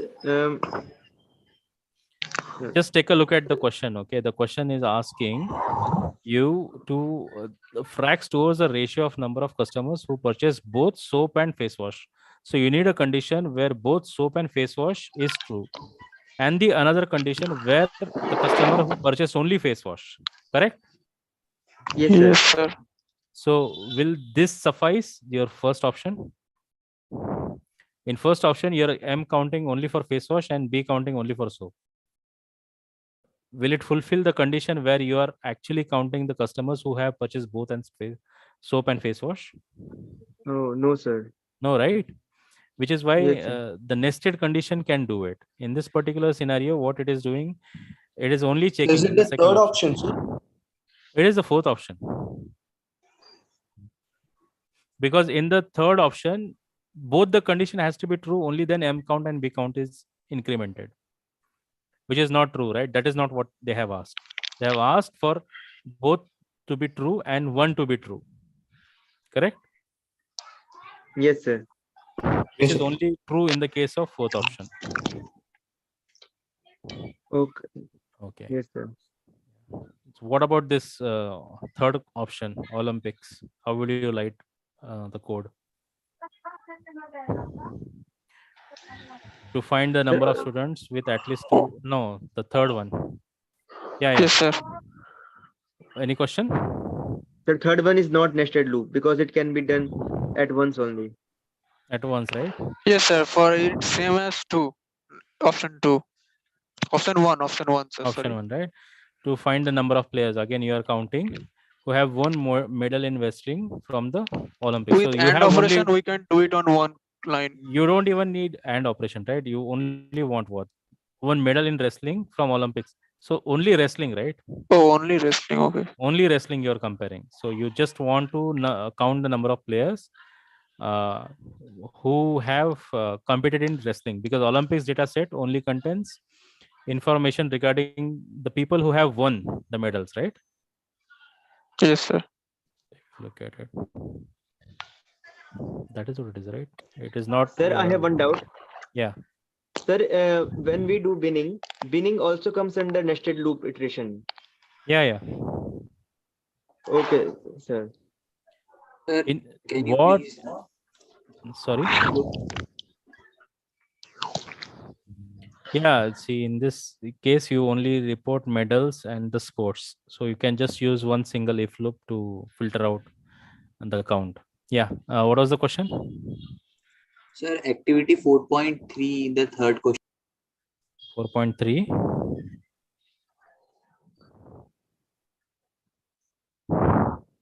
This one? Yes, sir. Third question. As mentioned in the lecture, assume that a computer can do 10 to the power 8 comparisons in a second. How many seconds it will take for the computer to do pairwise comparison in 1 million elements? So what was the carry? I think this is directly related to your formula, right? Hello. Yes, sir. Sir, I Yeah. have concluded that if 10 to the power 8 comparison are held in 1 second, so the 1 million is equals to 10 to the power 6. So the answer was third now, less than 1 second. See, read the question, okay? It says 10 to the power 8 comparisons it can do. It is asking you for 1 million elements. So among 1 million elements, how many comparisons there will be? Okay, sir. Yeah. Of course, it will be larger, right?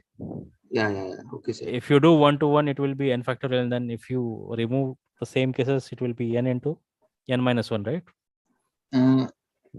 Like the question is 1 million into 10 to the power 8, and then we have to compare. Yeah, so what it is essentially telling you, in a second, it can do 10 to the power 8 comparisons, right? I want to ask you a question. How many comparisons there will be among the 1 million elements? If you can answer that question, you can easily divide, this 10 to the power 8 to that value, and you will get, answer around this.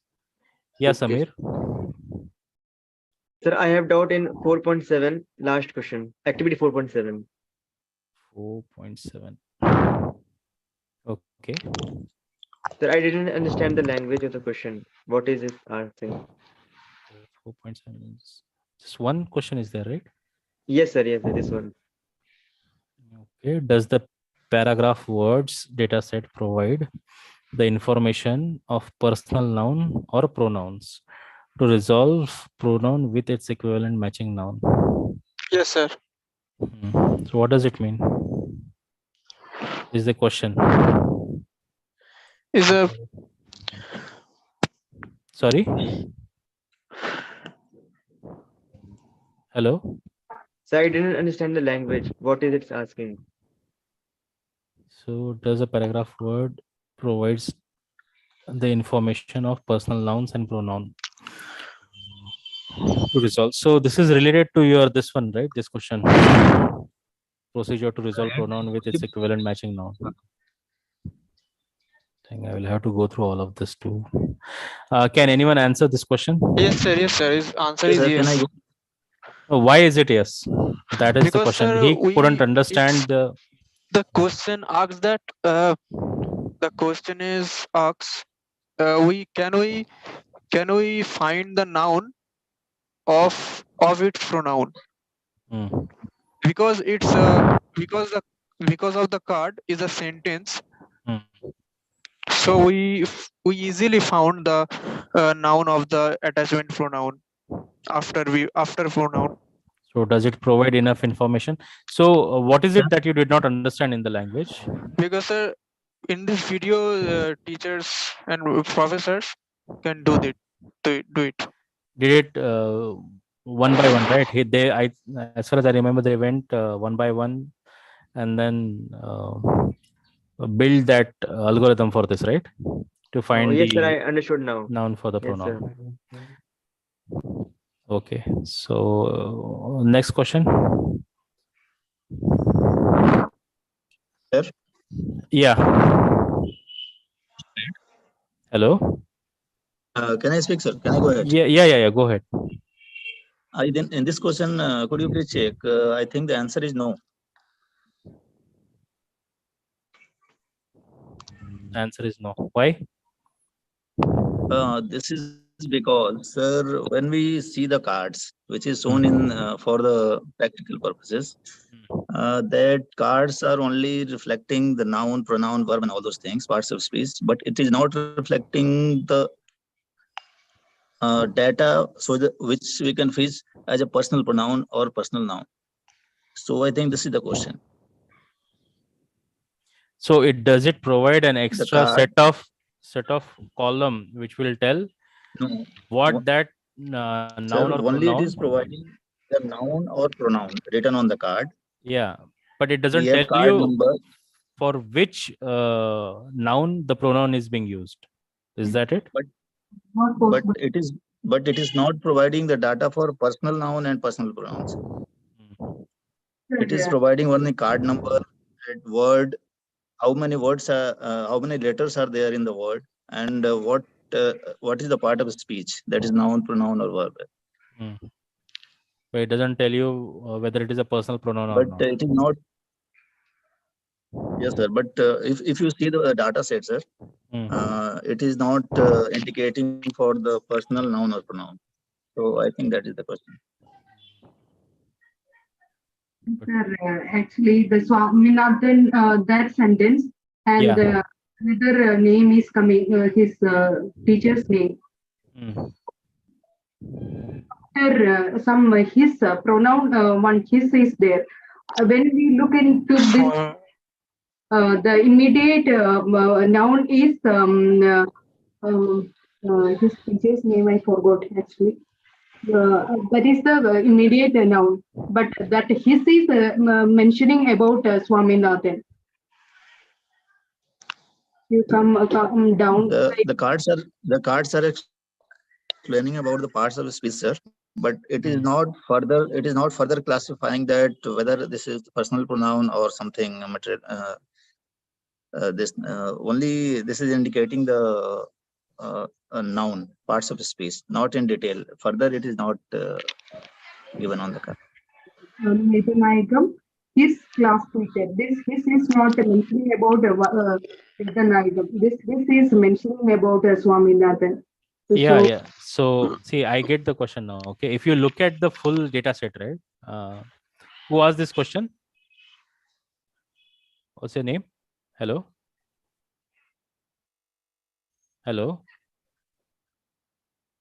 So yeah. So the question was, see, does the paragraph words data set provide the information of personal noun pronoun to resolve pronoun with its equivalent matching noun? Okay, so whichever pronoun, like so Swaminathan is a noun and its pronoun is he, right?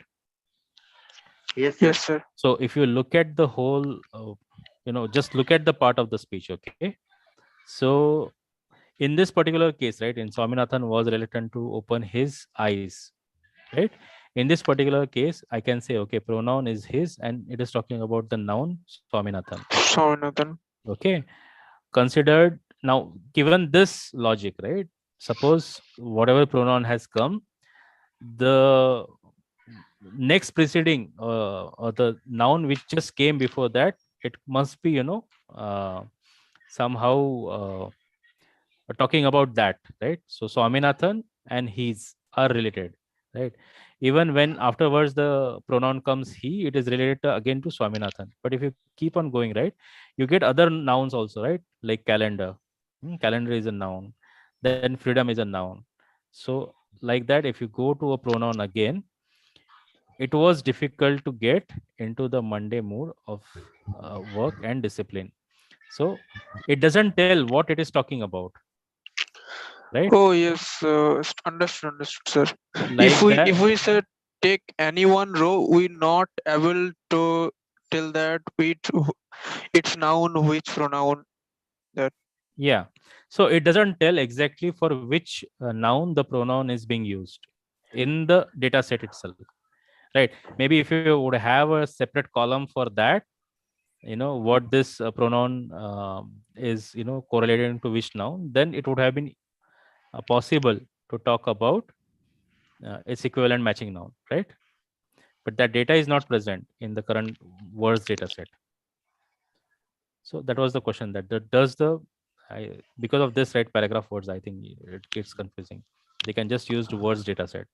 Does the words data set provide the information of personal noun pronoun to resolve the pronoun and its equivalent matching noun? So resolve, so this is like, if I look at this question, right, I will look at what does it mean by resolve pronoun with its equivalent noun. So if you look at the previous video, right, by professor, procedure to resolve pronoun and its equivalent matching noun. So they are talking about this particular video in which they have discussed this, whether given a data set like words data set, can we match the noun to its pronoun, or can we match the noun to its noun, whichever it is referring to, which is not possible with the kind of information which is provided in the words data set.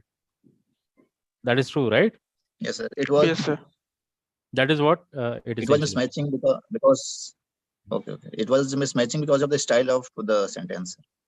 Yeah. So because we know that noun, like pronoun will come after noun, but not necessarily it will be talking about the same noun, right? Yes. Yeah. Okay. Excuse me, sir. Yeah. So in the same words data set, sir, in the grade assignment week for 9th question and 10th question, it is actually taking a lot of time to go through all these 65 cards and 65 iterations, no, sir? So is there any short method where we can do this question within a short time? Because in exam, it might take a lot of time going through all those iterations, no, sir? Okay, just let me take a look at it, what it is asking. Okay, question number 9 and 10, right? Yes, sir. Yes, sir. The following pseudocode is executed on words data set. Okay. Okay, this PQ question, right? Hello? Yes, sir. Yeah, so in this particular case, right, you are not supposed to go through the whole data set, right, to know what actually A is counting and what actually B is counting. Correct or not? Yes, sir. Right. Right. Given if you just compare with 2 to 3 sentences, you will understand what pattern is emerging out of when you run this pseudocode. From that, you can easily get an educated guess what actually it is actually counting, whether it is A or B. So in any of the questions, they will not ask you to work on whole data set and come up with an answer. Here we just want to test your logic, whether you are able to understand the question correctly or not. Okay. Yeah. So can you just do 2 or 3 iterations, just as an example, so I can understand it better, sir? For this particular question, we already had this question discussed, right? Yes, but I did not understand how to do it within like do 2-3 iterations and understand it and put the answer there.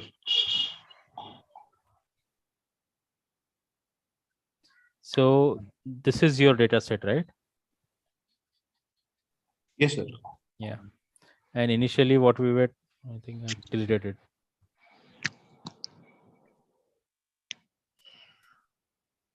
Just take a look at it. What A is equal to 0, B is equal to 0.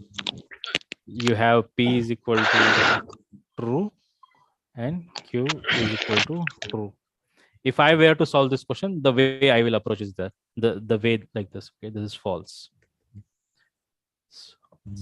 Okay. Now I know which variables are initiated, A and B, P and Q. A and B are initiated to 0, so probably it must be counting something. P and Q are initialized as Boolean variables, so I assume that it is testing some condition. Okay, so then I will look at it. Okay, so you have a while loop, and in while loop you have what 1, 2, 3 if loops. So for each row, we are actually, that is what we are doing, right? In while loop, we are looking at one row and we are testing for 3 different conditions. True, right? Yes, First sir. condition, second condition, third condition. Okay, then I will look at it whether we have AND operation or operation in my if statement. Okay, I see that AND operation is there, and for AND operation to be true, for this if statement to be true, both has to be true, right? Then I will look at it. Okay, P is initialized as true, Q is initialized as false. So even before I start my start doing my going through the data set, I know that only this can be true given as long as I have adjective. This is always false till we find a condition where Q becomes true. Correct? Yes, sir. Correct, sir. Yeah. So then just take a look at your and then the last if loop is only looking at the full stop. Only when it is full stop, it is actually setting the P and Q condition again to the It is same. resetting to true and Resetting, false. right? It is Yes, sir. resetting. So the whole crux of your pseudocode is between these two if statements. Again, in this if statement, you have if and else block. I see that, okay, you're testing for both conditions to be true. If they are not true, then we are going to Q. Now, Yes. I'll only look at this because it says not Q. So it has to be false. Q has to be false for this to be true. So is it true that, Q is false? Yes. Q is initiated as false. So the probability that this condition is not met or this condition is not met will definitely counting for A. So is the first letter, now I will look at the data set. Okay. Is the first one adjective? No. So I have a count of 1. Again, and it is not ending with the full stop, right? So these two, only one else statement is being executed. Likewise, I'll keep on going till I hit an adjective, right? Only when Yes, sir. adjective is found, Q is becoming true. So there is no point of me checking for this right now. So I'll look at adjective in my data set. Okay, at number 6, I see that my adjective is again is becoming true, and then this condition becomes the P what do you becomes call false and Q variables are, becomes true. yeah. So Q becomes false. Only then the Q, the noun thing, I will start looking at it. So as long as I am looking at the verb after adjective, do I see a noun? Yes, I see a noun. Okay. So B will So be only in incremented. that case, the B is incremented. Till then, till above adjective, all it is incrementing was A. Correct? Yes, sir. Correct. Only when you happen to find first adjective, it is incrementing noun. Again, if the noun ends with a full stop, right? Then again, the condition is being switched. Right? Again, Right, we are resetting the condition to P to be true and Q to be false. It will only happen when I will again find adjective. So again, do I find an adjective in between here? Okay, I find it at number 15. Only then the Q will become true, and after that, the noun will be counted. So you see a pattern in this, right? So you Yes, need correct. not look at, try to go row by row. As you practice more and more, you can see the abstract ideas under which this pseudocode is built, right? This is while loop, like sir said, it is always we are iterating over rows, right? We are iterating over rows because we want to compare something.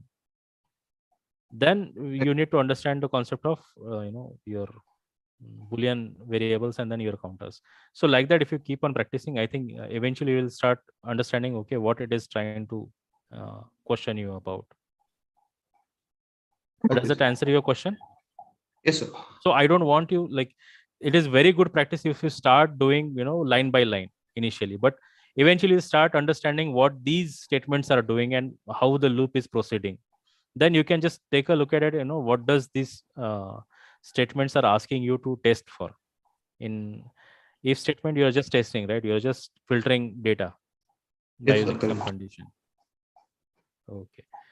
Okay. Sir, and other doubts are, sir, for this library data set and the Olympics data set, there are only 2 short PDFs. So where can I find the long PDF, sir? Library data set and Olympics data set.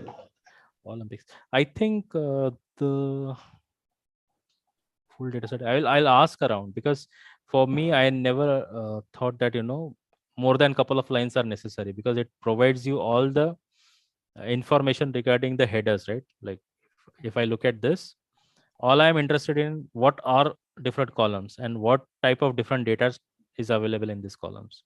So I did not necessarily have full information about it. I can make up all these columns if I need to. Okay, sir. Right.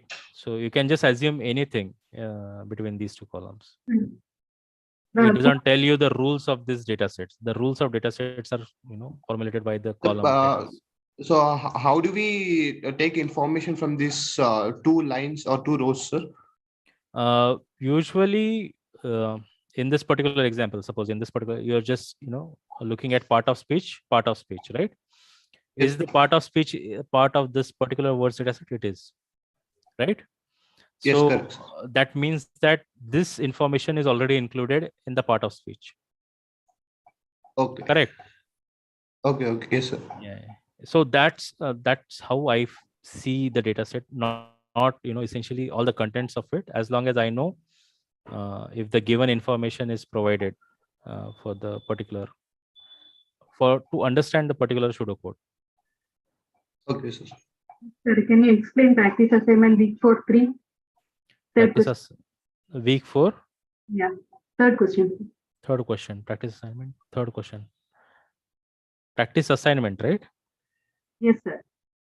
Question number 3.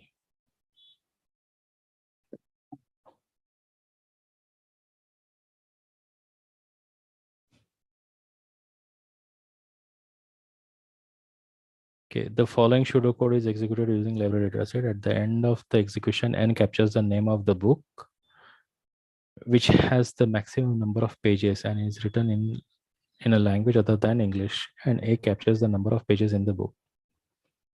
If the rows and tables are shuffled in any random order, rows of the table are shuffled in any random order, choose the correct option. Choose the correct option. Yeah, what is your query in this? Sir, if we alternate the rows, means so. Yeah, tell me. The answer shows. I think the A value will not change. The answer says that as for me, irrespective, there will no change in N irrespective of the order, and no change in A. But the answer is N changes, and there is no change in A. A captures number of pages, N captures name of the book, which has maximum number of pages. And which is not a language other than English language. Written in language other than English language. It is if X language is not equal to English, that is mentioned, sir. Yeah, not in English, and X dot pages is greater than A is equal to X dot pages, N is equal to X dot names. Yeah. Okay. That means A never changes, sir. Even if the order changes, A never changes, because A takes the number of pages of X dot pages. X dot pages means which has if X dot pages is greater than A, so X dot pages and A takes the value of X dot pages. That means maximum number of, whenever, even if it changes, alter the rows, A takes the maximum number of pages. So third row is correct. There will no change in A irrespective of the order of rows. So there is, the answer is actually what you are saying, right? There will be no changes in A irrespective of the order of the rows. But the N, there might be changes in N based on the order of the rows. Why?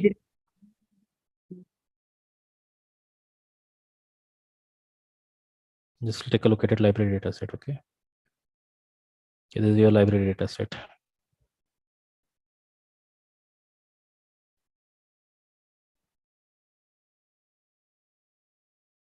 Okay, so you have what? Page number, language. That is what it is comparing, right? Pages and pages and name. Yeah. It is taking pages and names, and the name is taking but only when X dot language is not equal to English and X dot pages is greater than A, only then it is storing values to A is equal to X dot pages and N is equal to X dot names. The question is if the order changes, means a row changes, programming row changes. Yeah. We change the rows. I think A becomes down and N becomes that statement. If statement is that question says like that, no sir? after if statement, n becomes x dot name and a becomes like that? No, if the rows of the table are shuffled in any order, then choose the correct option. So there will be no changes in n irrespective of the order of the rows. Is that true? The second one is. There might be a change in n based on the order of the rows. Why? There will be no change in a irrespective of the order of the rows. There might be a change in a based on order of the rows. So what does order of the row has to do with the name?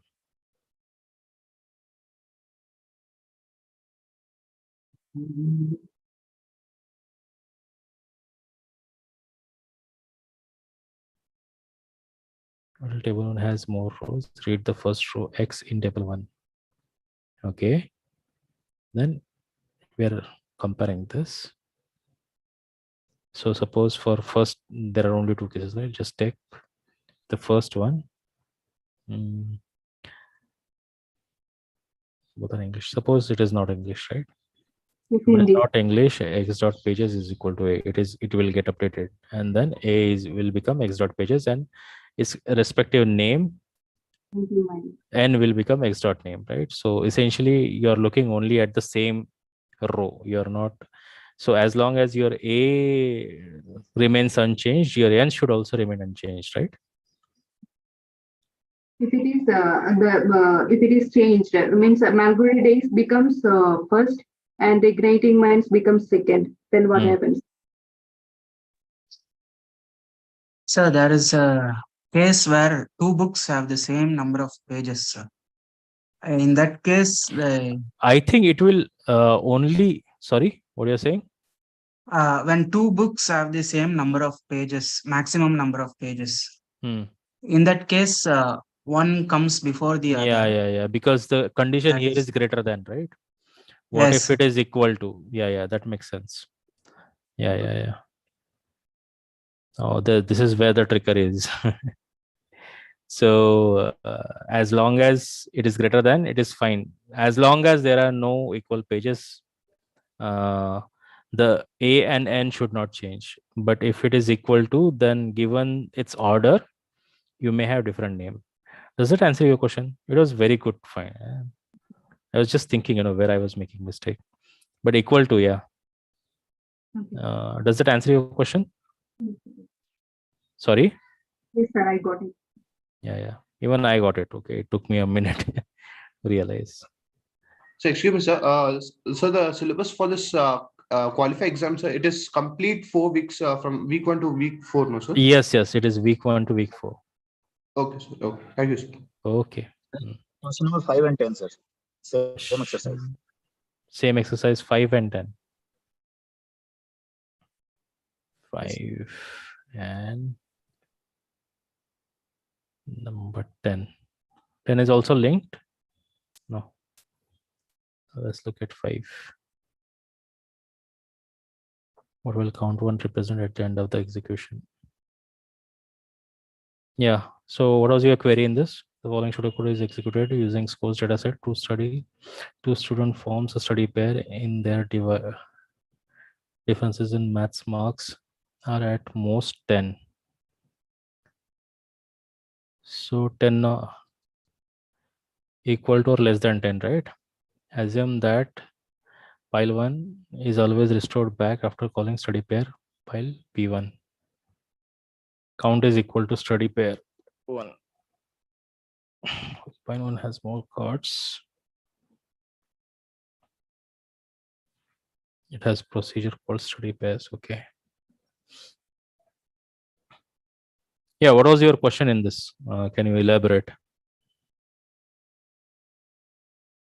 Count Hello? 1, sir.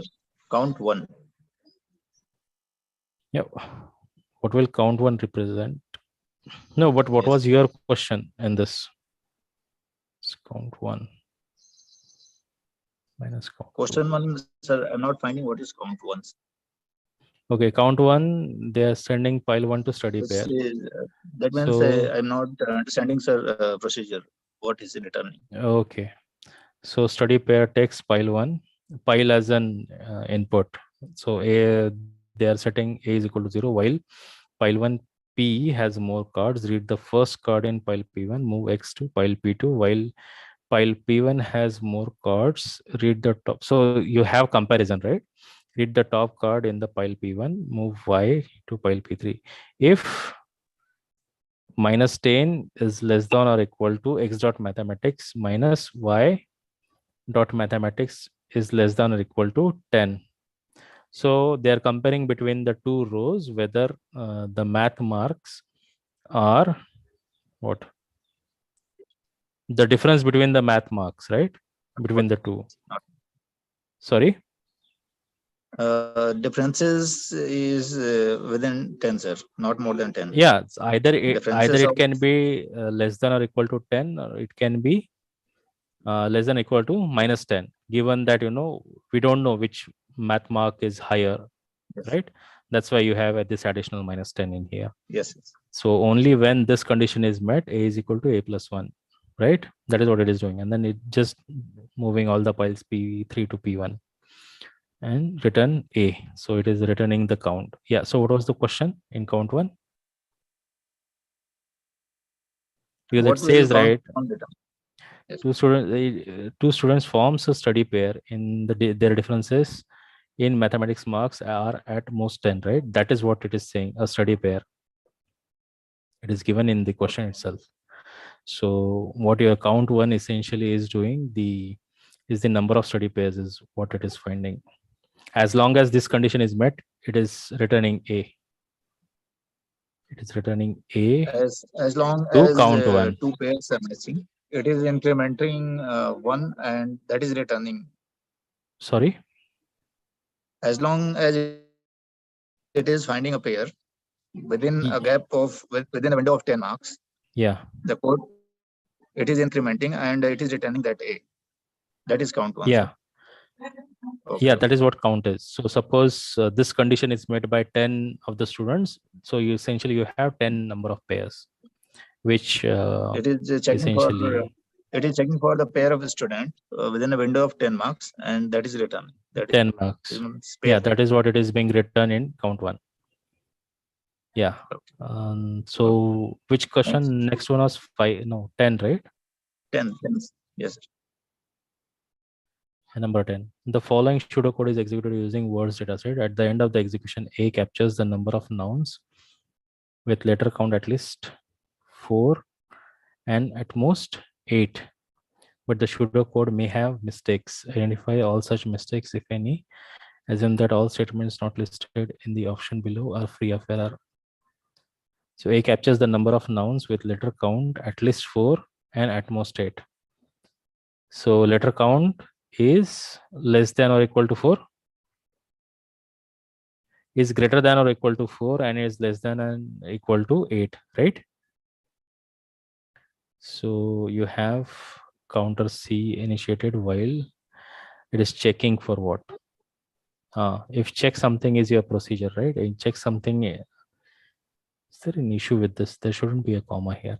Anyways, x4 and 8, x4 and 8, and it is giving value c1 as 4 and c2 as 8 if y dot part of speech is equal to noun, and if c1 is less than or equal to y dot. So same thing, right? You have upper bound and lower bound, and as long as the upper bound, that is c1, is less than, so in this case it should be less than or equal to 4, right? 4 and 8. Yeah, it should be greater than or equal to 4. So y dot 4. letter count should be greater than or equal to 4 and should be less than or equal to 8. Return true, else return false. It is returning only true and false. So that means it must be counting something, right? If this is true, right? If check something is true, then we are counting c is equal to c plus 1, correct? If it is false, we are skipping this loop and it is we are moving x to table 2, correct?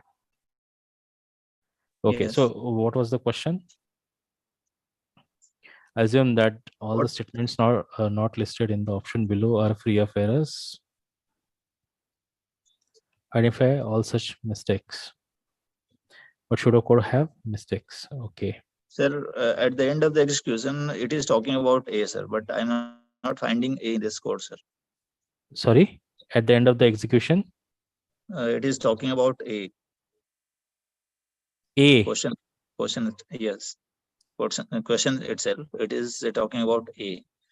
Could you please once again Okay, read? at the end of the execution, A captures the total number of. But I'm not finding A in the code. So yeah, I but thought, A is not there. That's what it is. You have to identify mistakes in the pseudocode. yes. Like but one of the I thought, pseudocode mistake I could find right away here. Where is A? The C has to be A, right? yes, yes. But I think it is not. It is not there.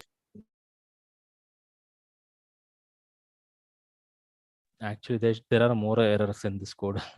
Line 19, incorrect value for return. Where is line 19? Yes. So if this is true, return true, else return false. Okay. Okay. Else return true. This is wrong. Because This is only wrong, when sir. it is 19 is true, wrong. yeah, this is definitely wrong. This statement is wrong. The other thing I feel that the question itself, right? It should be C. At the end of the execution, what the C is. So let me just take a note of it, okay? Question number 10, practice assignment.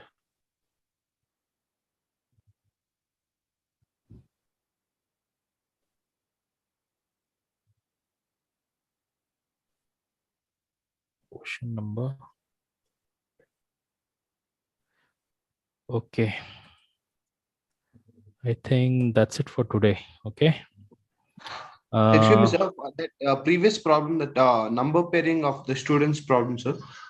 In that, we have to again go to the course data set and do the same procedure, that short procedure which you told. Means understand the options and immediately understand the options and immediately perform that. Yeah, in this, right? Yeah. So just take a look at it. Like, it skipped my, even after all of this, right? The trick here was, whether it is greater than. So if it is equal to, then it would have made sense. But because it is not equal to, so you really have to think of different condition. If it is greater than, if it is equal to, if it is less than, what kind of output will you expect out of this?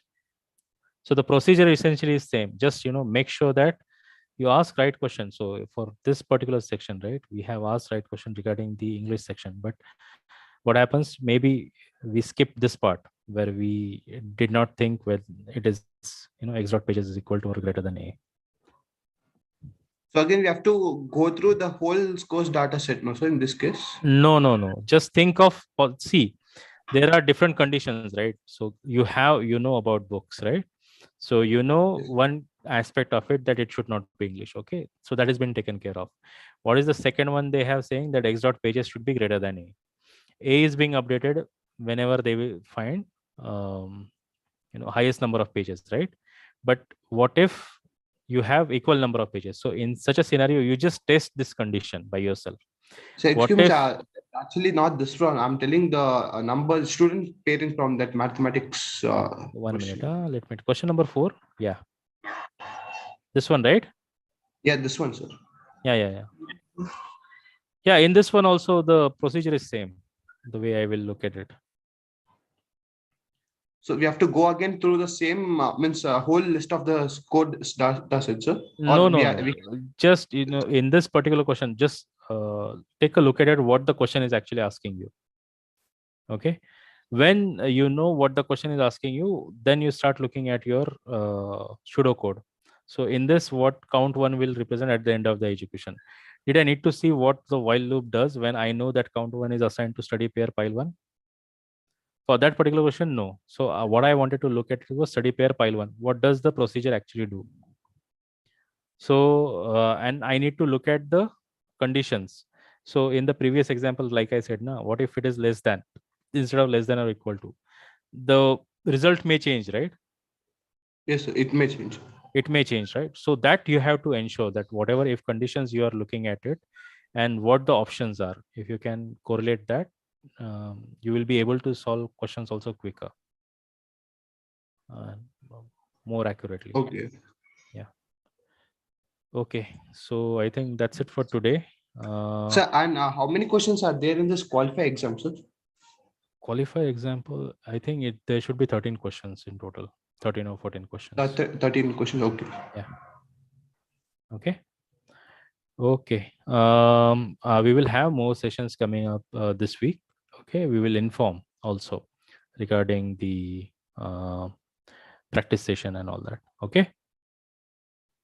Okay. Thank you. Thank you very much for staying till the end. Thank you. Thank you, sir. Thank you, sir. Thank you.